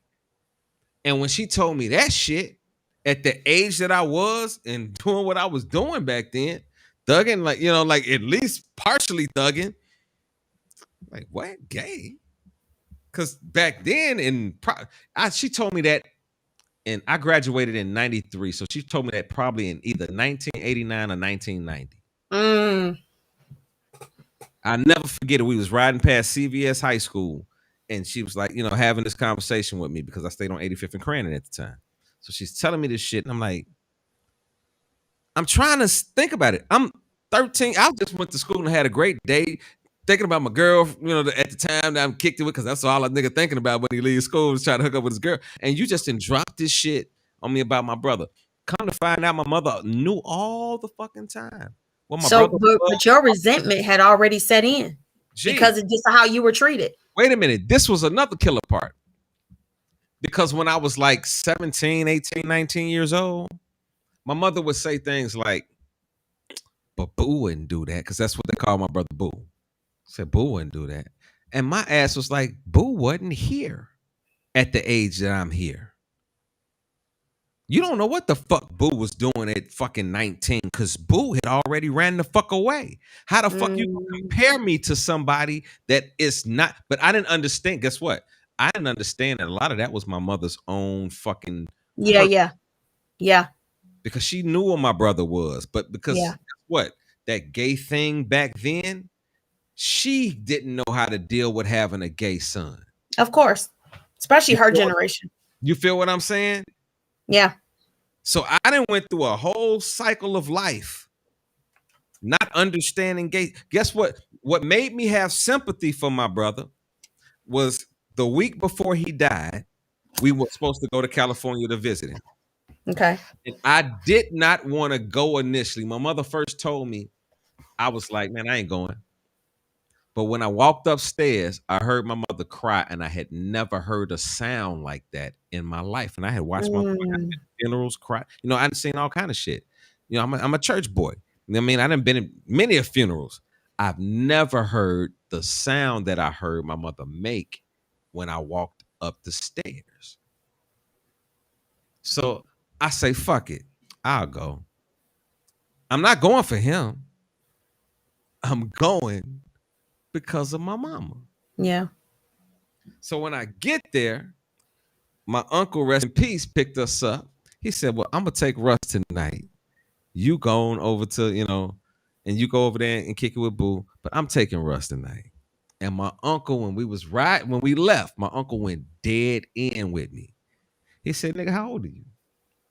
I'm like, you know, at this time, I'm like 19. I'm like, yeah. He's like, what you drink? And I'm thinking, like, I've never had an uncle ask me, what do I drink? So I'm feeling like, okay. Now, I'm going to show you how back in the day this was. I said, E&J. Damn, you old. You feel what I'm saying? Your ass right there with me, because you know what the fuck I'm talking about. So I said, E&J. He said, all right. And he laid down specific rules for me right off the bat. Because guess what? I've never had a man in my life just meet me and just boom. Yeah. He said, look at me. Because we in California. So my mind at that time, Snoop Dogg just came out. I'm thinking about getting out there and finding some fucking weed. And you know what I'm saying? He said, look, man. If you find some weed around the house, you can smoke it. He said, but ain't gonna be no going outside trying to purchase shit. He said, I'm gonna get you something. He said, I'm gonna go to the store. I'm gonna get you what you want to drink. While I'm at work, you can enjoy yourself. And I'm sitting there like, this is when I'm feeling like guess what? I done had pussy since I was in 9 years old. This is the first time I ever felt like a man because a man was talking to me. You feel what I'm? My uncle was not no punk ass. He was very successful too. He wasn't he was one of the first black motherfuckers to work. He was a vice president for Visa back in this time. So Gotcha. This is before the computers, and this was when green screens was on computers. So I go through that motherfucker, man, and we get to the crib that night. He said, man, what you know about your brother? And I told him what I knew. He said, how you feel about your brother being gay? Mm-hmm. Now, I'm like, how do I answer this shit? But he already gave me a couple drinks and shit. I'm sitting there, and I sort of tell him, I'm like, I'm only here for my mama. I don't even know. Listen, he left when I was 4. Yeah. I know this guy. Yeah. I'm 19. I don't know him at all. Matter of fact, by this time I was probably 20 because I had met him, about 2021. So he says, do you know your brother's story? I said, no. He said, your brother, and your father, because we had 2 separate fathers. Mm-hmm. He said, they didn't have the greatest relationship. And I do remember, because one time before my brother ran away, that my brother and my father had a fight, a physical fight with boxing gloves. So he says, your brother was fucked up after, certain situations with your dad. Sure. So he ran away. And when he ran away, he went to somebody that he trusted and they molested him. He said, so then your brother jumped on. He said, he tried to come home for a minute, but there was some issues then. Because now I'm like, oh shit, I can imagine being like 12, 13 years old and coming home fucked up like that. You know what I'm saying? Like, oh, that's crazy. So now I got a different disposition of even how he became. If I didn't agree with it, I'm getting a different disposition about how he lived his lifestyle. His experience, yeah. Now the next day, it's my first time actually going to see him with my mother. Now I done made my mind up that I'm going just for my mom's, right? I get there and I start to listen to my brother talk to my mother about communicating with her all the time he was in California. So it was no situation of, like he just popped up. And now I'm making the connection of how my uncle is saying, we kicked it like this. We had a relationship like this. And I'm like, oh, my uncle knew you over a certain time in his life. Mm-hmm. I never fucking caught that.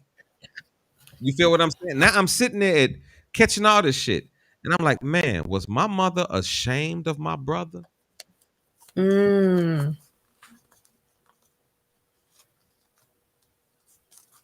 Yeah. And guess what? I know this to a fact to this day. My mother my mother is one of the strongest motherfuckers that you've ever met. I told you yesterday, she damn near stabbed a motherfucker yesterday. She also is one of the most fragile people I've ever met because she has a lot of regret. Sure. And one day we had a conversation and she said, I know you don't like me because, and I had to tell her, I said, yo, I'm way beyond that. I'm like, because I'm at the point in my life. I see this. I thought about that before. I didn't thought about my brother had passed and all that shit. I said, I'm in a different place. Yeah. But every once in a while, my mama dropped that. I know you don't like me. I'm like, Mama, I love Wow. you. But the pain that she's experienced, the stuff that she's went through, that she has not been able to work through. Because listen, when my father died, my father was a pimpish ass nigga. He had a lot of fucking women. Can you, hey Jerome? Can you mute? I'm about to mute you right quick, Jerome, because I'm hearing a lot of stuff. Can you mute your mic? So Mute. yeah, so I'm sitting there, I'm hearing all these fucked up stories from a person that has not healed from her own situations. Yeah, absolutely. Like my mother just, like this is one of the craziest things. My mama just gave me a bunch of fucking photos of me when I was a shorty, right? And in these photos, it's one man that she used to date that she gave me a lot of photos of. Okay. This was the only man in my mama's life that could stand up to my mama, that could be like, listen, I ain't about to put up with that. Because my mama was she was a hothead. She'd pop off. You're very dominant. Yeah. Not with this one man. I'm over here looking for the shit right now. I got photos of this nigga. Man, I'm like, why did you give me pictures of him? She's like, because I loved him. She's like, and I loved your daddy. Now, guess what? Now, this is the same man that caused my brother to run away. That caused but she still loved him when he died. And when he died, she went through a lot of fucking shit. Like she got angry when my father died. And I'm like, yo, you mad about a nigga that that's probably about 30 years you ain't been with, 20, 30 years you ain't been with. You know what I mean? You ain't fucked them and none of that shit in 20, 30 years, but you upset.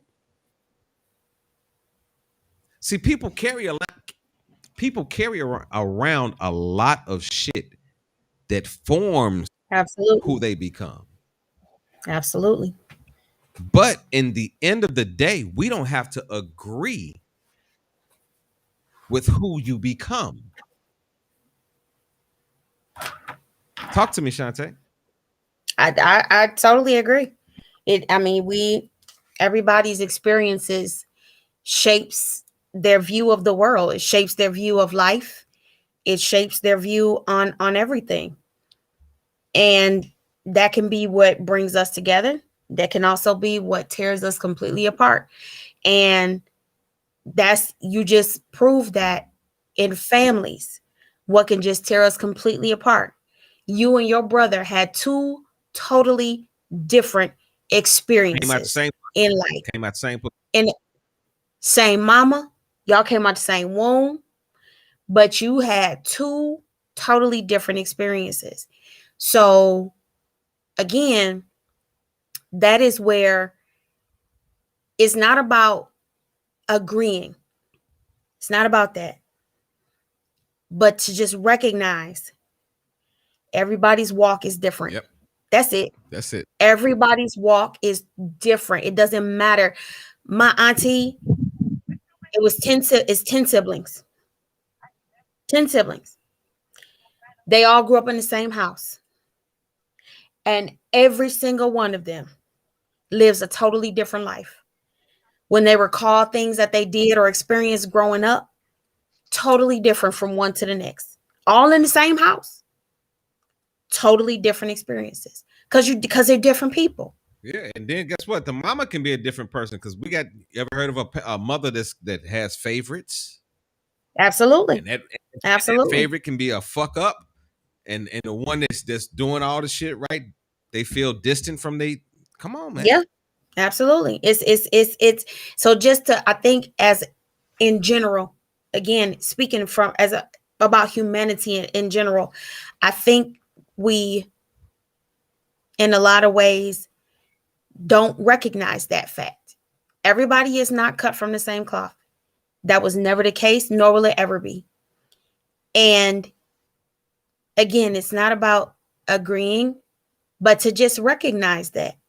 And I think what gets me, and then we can play this next clip.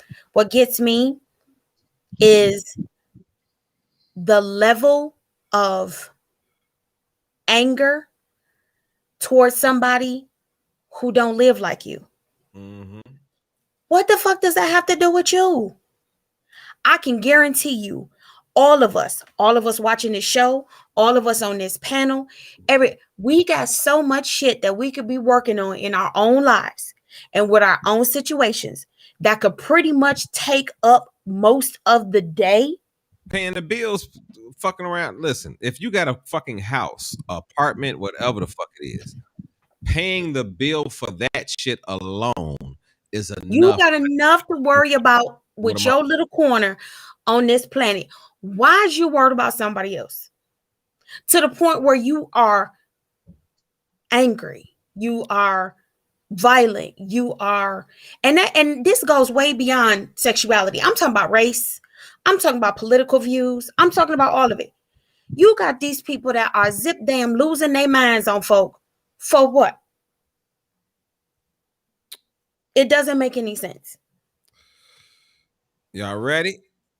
Hit it. Yeah. Here we go. One more thing, stop calling your brothers and your cousins for every little argument, because you women sit on social media, you sit around, or everybody kills everybody, but you never tell the truth that there's been 1,000 shootings and homicides trickle back down to you running your fucking mouth, or you calling somebody and exaggerating because you feel disrespected. Stop calling people. You can argue with somebody on the block, that's it, leave it there. You call your brother, now these niggas going through it the whole summer, and then somebody's child die about it. That's your fault.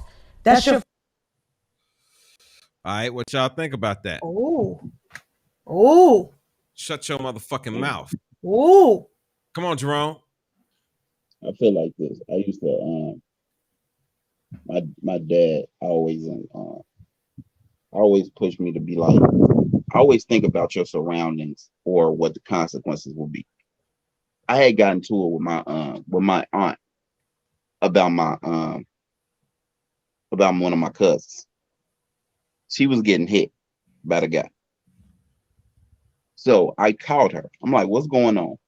I heard you know when you don't want to say it to put up business out, so you just hit her up, be like, so what's going on?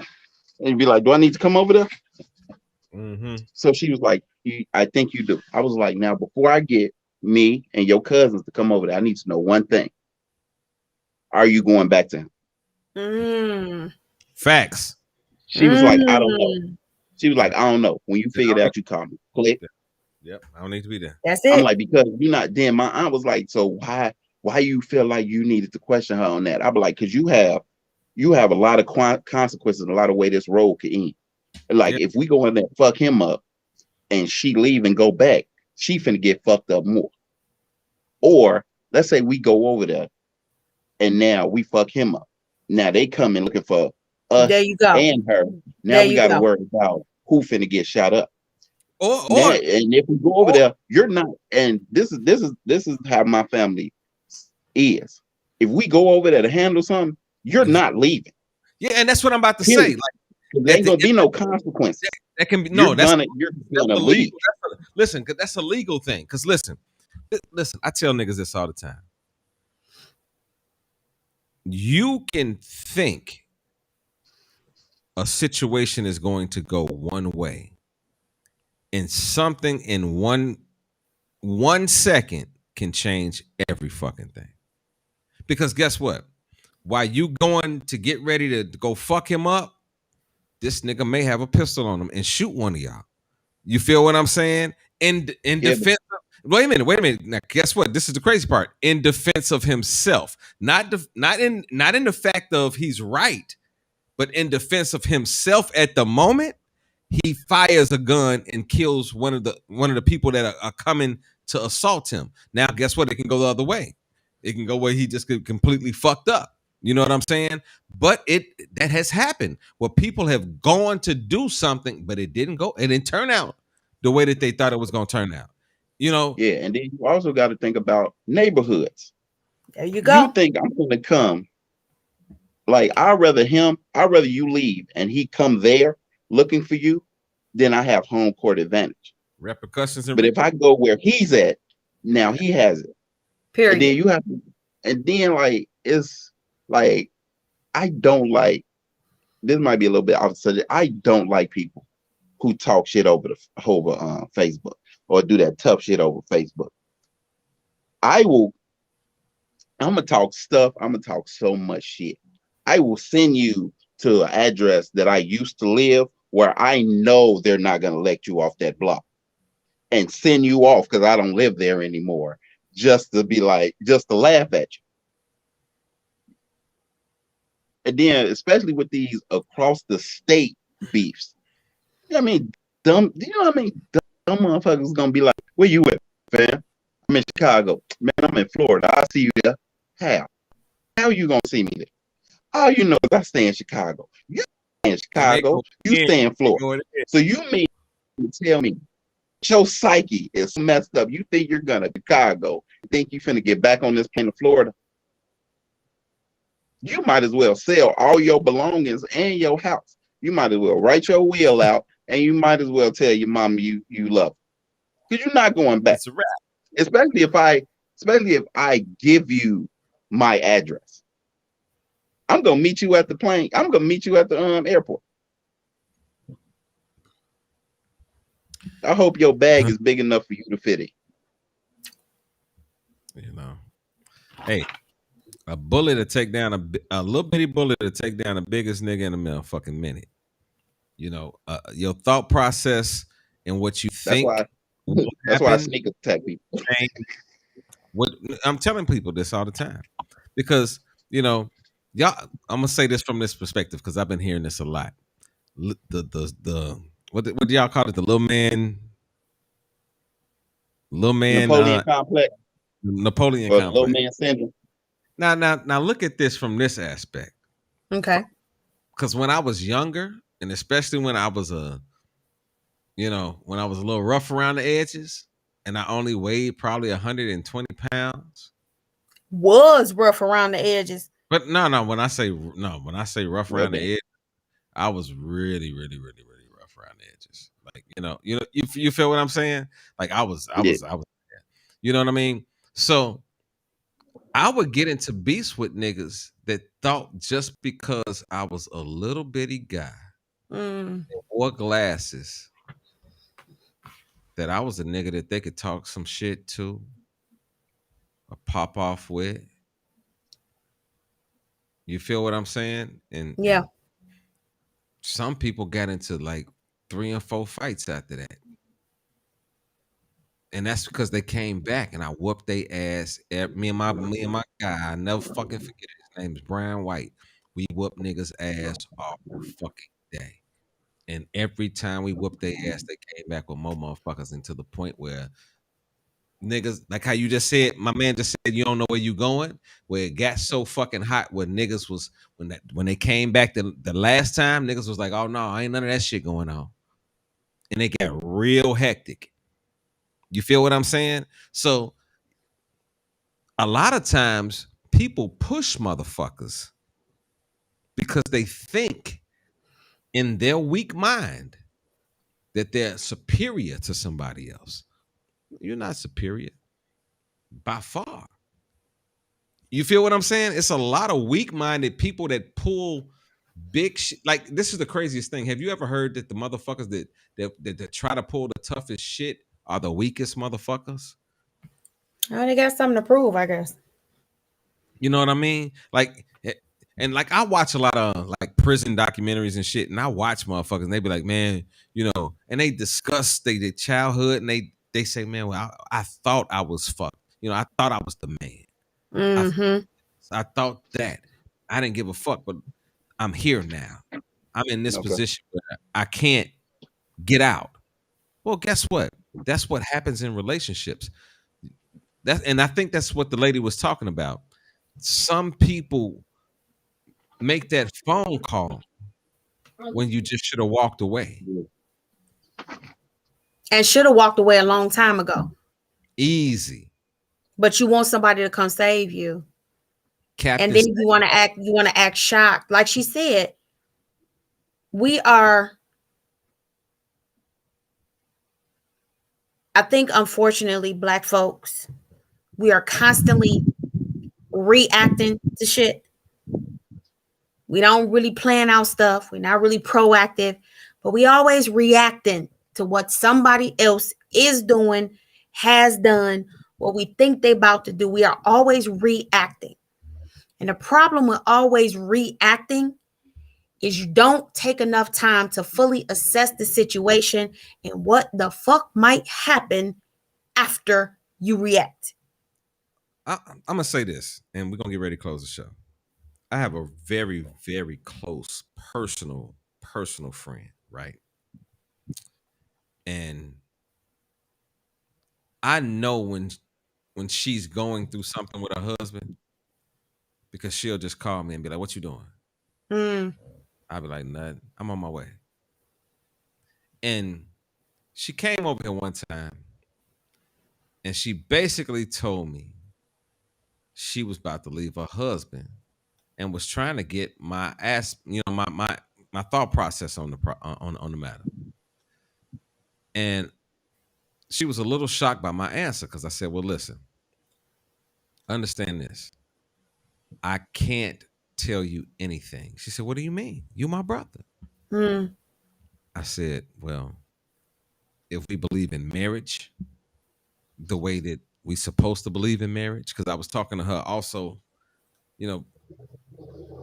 from another perspective too. Sure. Well, if we believe in marriage the way we believe in marriage, I said, you stood in front of a bunch of people and said that he came first.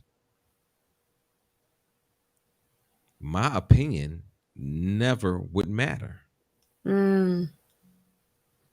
So I'm not gonna get to the point where I'm gonna say, leave him, do that. No, that's not my place to tell you to leave your husband. How can I tell you to leave a man that you stood before God with, that you done had sex with, because you ain't fucking and sucking on nobody else? I don't know. And she's told me over 20 years that she's never been unfaithful. So if you've never been unfaithful to a man for over 20 years, how can I tell you to leave him? Because now that you have some differences in your relationship, that's a decision that you need to make. And I've told her, whatever decision that you decide to make, I'll be right there for you. But I cannot tell you to go left or right. Listen, you can come over here anytime that you want to, be as upset as you want to, and vent and tell me your whole story and your thought process, and I'll sit there and listen to you.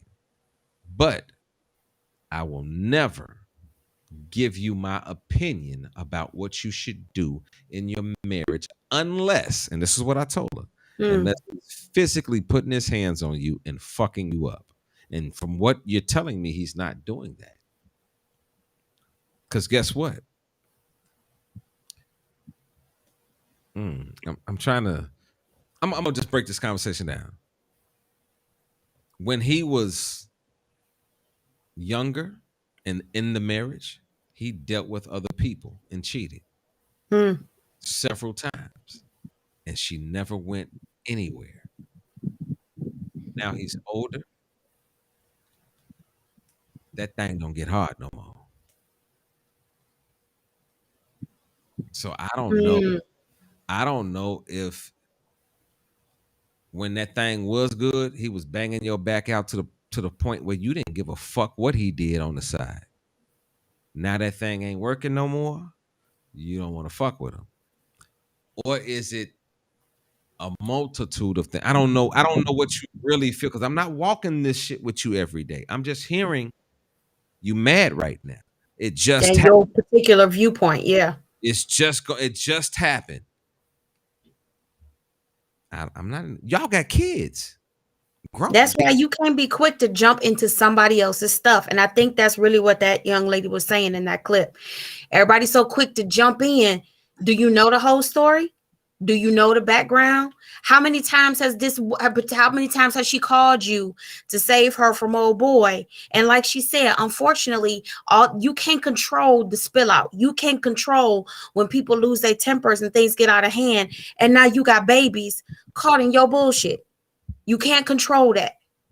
Oh, and guess what? Stop jumping into people's stuff. And then this is the other side of it too. Because you can call me and say some shit kicked off. But what really kicked it off? Like, you know, I think some people are willing to make that phone call like, yeah, this nigga, you know, be on some tough shit to prove something to the person that they upset with at the time. Right. But we don't know the full story. Why did this nigga pop off today? Mm-hmm. Did he find out you was fucking, 3 niggas on the side? And did this nigga just get, and was you talking crazy to him when he found out too? Like, nigga, fuck you.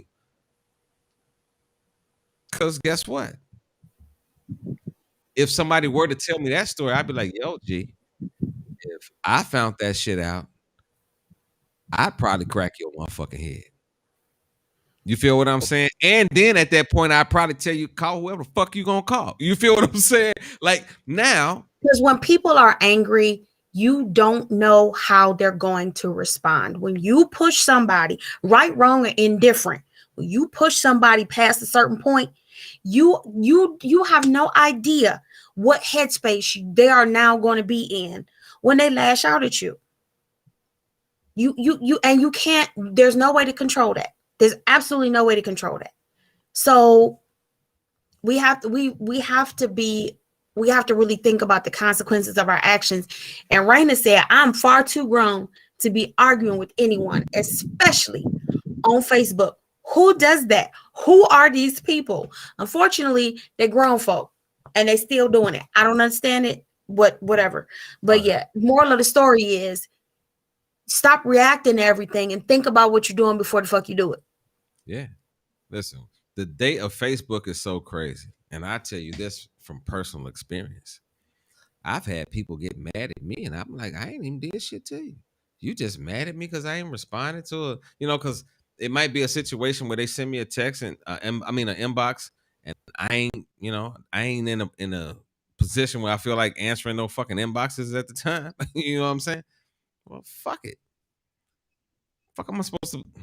You feel what I'm saying? Like, and people were getting mad, and I'd be like, "What the fuck you mad about?" I was about to say sorry until I read this shit. I was about to say, like, I'm sorry, I ain't even I read the whole shit. Oh, what kind? You think? Whoa, man, put some motherfucking butane in your shit because you about to blow up. Calm the fuck down. Hey, yo. We're about to get ready to end this show. Hey, Jerome, can you tell this little woman up top not to leave us? Please don't leave us. Can you please? We miss you. You are appreciated. Already. You are the calm in the storm. You are the eye of the storm that we go to in order to get out of the storm. I'm telling her what it is. I told her that. You are the Jean Grey to our X-Men. Come on, talk that shit. I love Jean Grey. It seems like I do it. Mm-hmm. You are the Juliet to our Romeo without the poison. Oh my God. You actually moved over and let us get on the door when the Titanic sunk. So don't you drown. You are our personal trainer that pushes us to be better, talkative people. And you're so elegant. Yes, she is. She's a different. You are a sweet morning dew in the morning time. Yeah. Boy, can you shovel it? Wait a minute. You know what I'm thinking with the dew? And this is gonna go completely the opposite.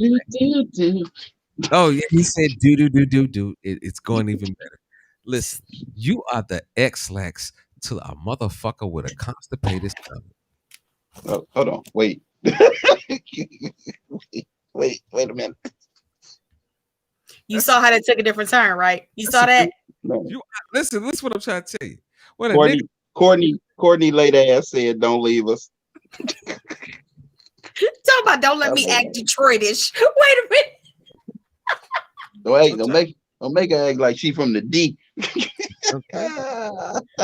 She called to the D. This is the moment you lose it. Sincerely enjoyed being on this show, and I did not come to this decision lightly, but I have a lot going on. I got a lot of things changing, good stuff, but it's a lot, and I'm one person, and I can only do so much. And as much as I didn't want to do it, well, what I know I gotta do, I know 3 minutes just came. He said, "Where the hell you think you going?" Yeah. G, I'm trying to tell you, shit, G. She talking about I'm don't. you know, she's like, I got the band and shit. Listen, I'm gonna tell y'all what I did, G. I did not sound like that. Yeah, you did. I'm gonna tell you, listen, I'm gonna tell you how far I went with this shit, G. You guys want some chips? Listen, G, I went so far, I was like, well, do I? And you know, I would not say this for outside of maybe 4 people on our 4 or 5 people that I deal with. I said, man, do I need to change the day of the show? Do I need to change the time? What do I need to do? This motherfucker still tell me she was leaving us, G. I said, you dirty How does it feel? You dirty motherfucker. I hope your coochie swell up today. Hey, somebody play Heartbreak Anniversary. You know what? I'm gonna take that. I'm gonna take that as love, and I'm if Rush will have me, I may kind of, if I can, drop in from time to time. Carl said nope. Wow, really? Nope. Really? Okay, but for real, what I didn't want is to be unprofessional, and I didn't want to, as stuff starts happening and been happening, be like, oh, I can't do the show. Hold on one second. Hold on. And I told her then she's fucking up again, because I told her if it gets to that point where you got to do your thing, I said I'll even change the day, because I'm like, we even been fucking missing and shit lately anyway. We can maybe make it a maybe twice or every other week show. This nigga just didn't, she said fuck me. But this one, I want to say this.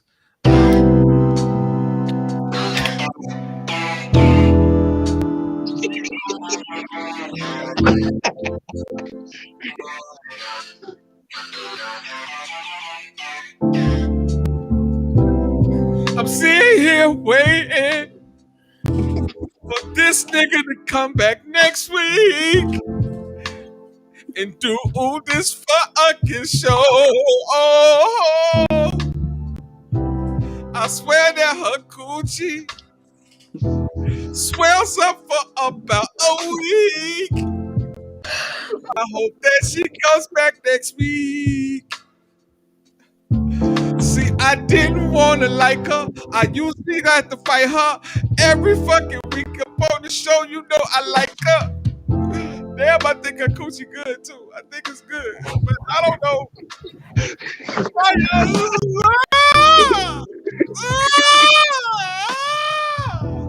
Listen, Shantae, before you go, I have one request.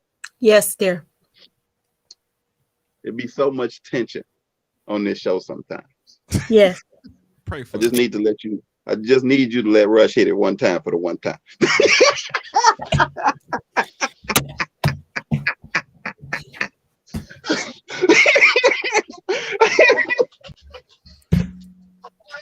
One time. Y'all crazy. Pound town.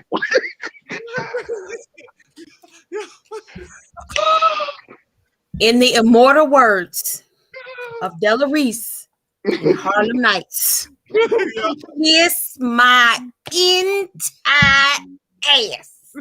And he will. Y'all stupid as hell, G. Y'all got the devil in y'all niggas. I swear to God. I told her Courtney said not for the one time. Look, I told her, I said, listen.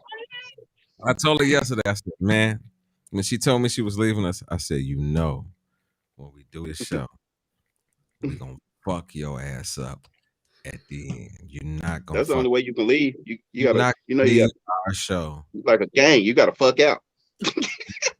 Like, I swear to God, after this week, we might, I'm trying to tell you, I'm about to have a conversation with 3 people. And we might change up the whole face of the show. Jerome, I need you to be looking for a female that can work on Wednesday nights at this time. So, because I want to keep the same time, I want to try to come up with a new concept, a new show. We're still gonna be talking dirty after dark, but I want to try to change it up, and I'm going to change it up because I'm at that point. I appreciate everybody that's been faithful and loyal to me, but times are changing, and I'm gonna ride with this shit. And I will say Courtney, but she always late. Courtney late. Courtney don't ever, man. Listen, I would not have Courtney on our show to save my motherfucking life. I would be mad every. You need to have Courtney on the show. Courtney what happened to crushing Yoni? I listen. I know Yoni. I know Yoni be fucking with us all the time, but I don't know what's going on. She said, "Fuck y'all." Y'all, these comments is crazy. Hold on. The truth hurts, Courtney. Don't come at us like that. You're the one always late. The hell? Okay. 20 minutes ago. 20 minutes ago, this thing started in 5 minutes. Gone somewhere. Hey, G, you know how when you laugh and shit and on the inside your muscles and shit start contracting? What the fuck I feel? They ain't ready for me. Now you ain't ready to be on time. Calm down. I've been moving shit get your ass out there, I got muscles and shit that I ain't even activated in goddamn it 15 years. That shit, like, I got certain muscles I use and shit all the time. But certain shit I just ain't fucking use. That shit just my toes.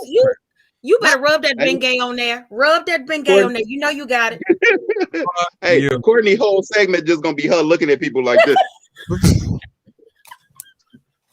Leave Courtney alone. Wait, you gotta put the bobblehead on it. Like, I got you, boo. Hey, y'all. We love y'all. We're gonna talk to y'all in the same city, Courtney, it would definitely go down. I'm just letting you know that on this show. All right. One love, family. We ever come to Detroit, we're gonna fuck that shit up. Because Jerome gonna keep, Jerome know how to make sure I don't get drunk and shit like that when I go out and shit. Jerome already cussed me out on the low. That's my nigga. What's wrong with you, man? Come on, man. I'm trying to go stare into Courtney's eyes, and you fucking it up, man. Hey, over there in the corner just looking. Come on now. Hey, with a pay attention fan. I can't stand y'all motherfuckers. What is this? Hey, listen. I pray that within the next week I figure this shit out. But this is what I think I'm gonna do. Cause with the men's show too, I'm at that point in summertime. I'm getting ready to go crazy. I ain't about to sit here and be waiting on motherfuckers no more. So if we do take a break, this will be the last break that y'all see for a fucking while.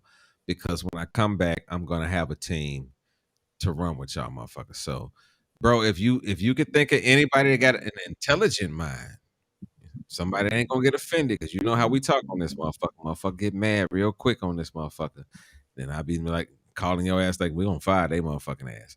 And if you if you watching the fucking show, because I'm thinking I end up killing the man's show, I definitely got to bring my nigga Big Note up in here. Big Note got to come up in this motherfucker. I know I can always carry a conversation with him, Jerome, Mama Yoni. Ain't nobody calling you stupid. We calling you late. That's what we're calling you. That's what we call you as late as fuck. Every week. What does she say every time she comes to the show? What I miss. That's a hard-working sister. The point is, she supports the show. Damn it. Yeah, but what I Oh, missed. I'm not qualified. No, you're late. What is not getting your head? She's totally Your alarm qualified. doesn't work. You press She snooze is all the time. totally qualified. She's not. No, she's not. Can she be qualified like you? Like, can she be here like during call time? Have you ever? Let me ask you something. Honestly, have you ever, in the time she was been here, have you ever seen her comment before 20 minutes? No. Twice. She said it twice. How many times? How many shows have we done? She got rolled up and fired and she rehired. actually said, I'm on time today. How long have we been doing the show? A long time. Hey, hold wait a minute. Hey, what that say? See? Y'all didn't know I can go back and pull up motherfuckers' comments throughout the show. I can really do it. What's that say right there? Really? Yeah. I can go back and look. This is when she came in. See, she be doing her own. She got her own. Wait a minute. Hey y'all, and then right after that, what I missed. She's a businesswoman. Don't hate. I was doing my own podcast. Was you on time? See? Don't hate. I got you, boo. Yeah, we're gonna figure it out because we might end up changing our time and all that shit. Because y'all, shit, I be tired as fuck on Wednesday nights. Y'all be breaking my mouth. All right, man, let's close the show. I'm tired. Yeah, bye. Yeah, bye, nigga. See y'all. Love y'all. I can't stand your black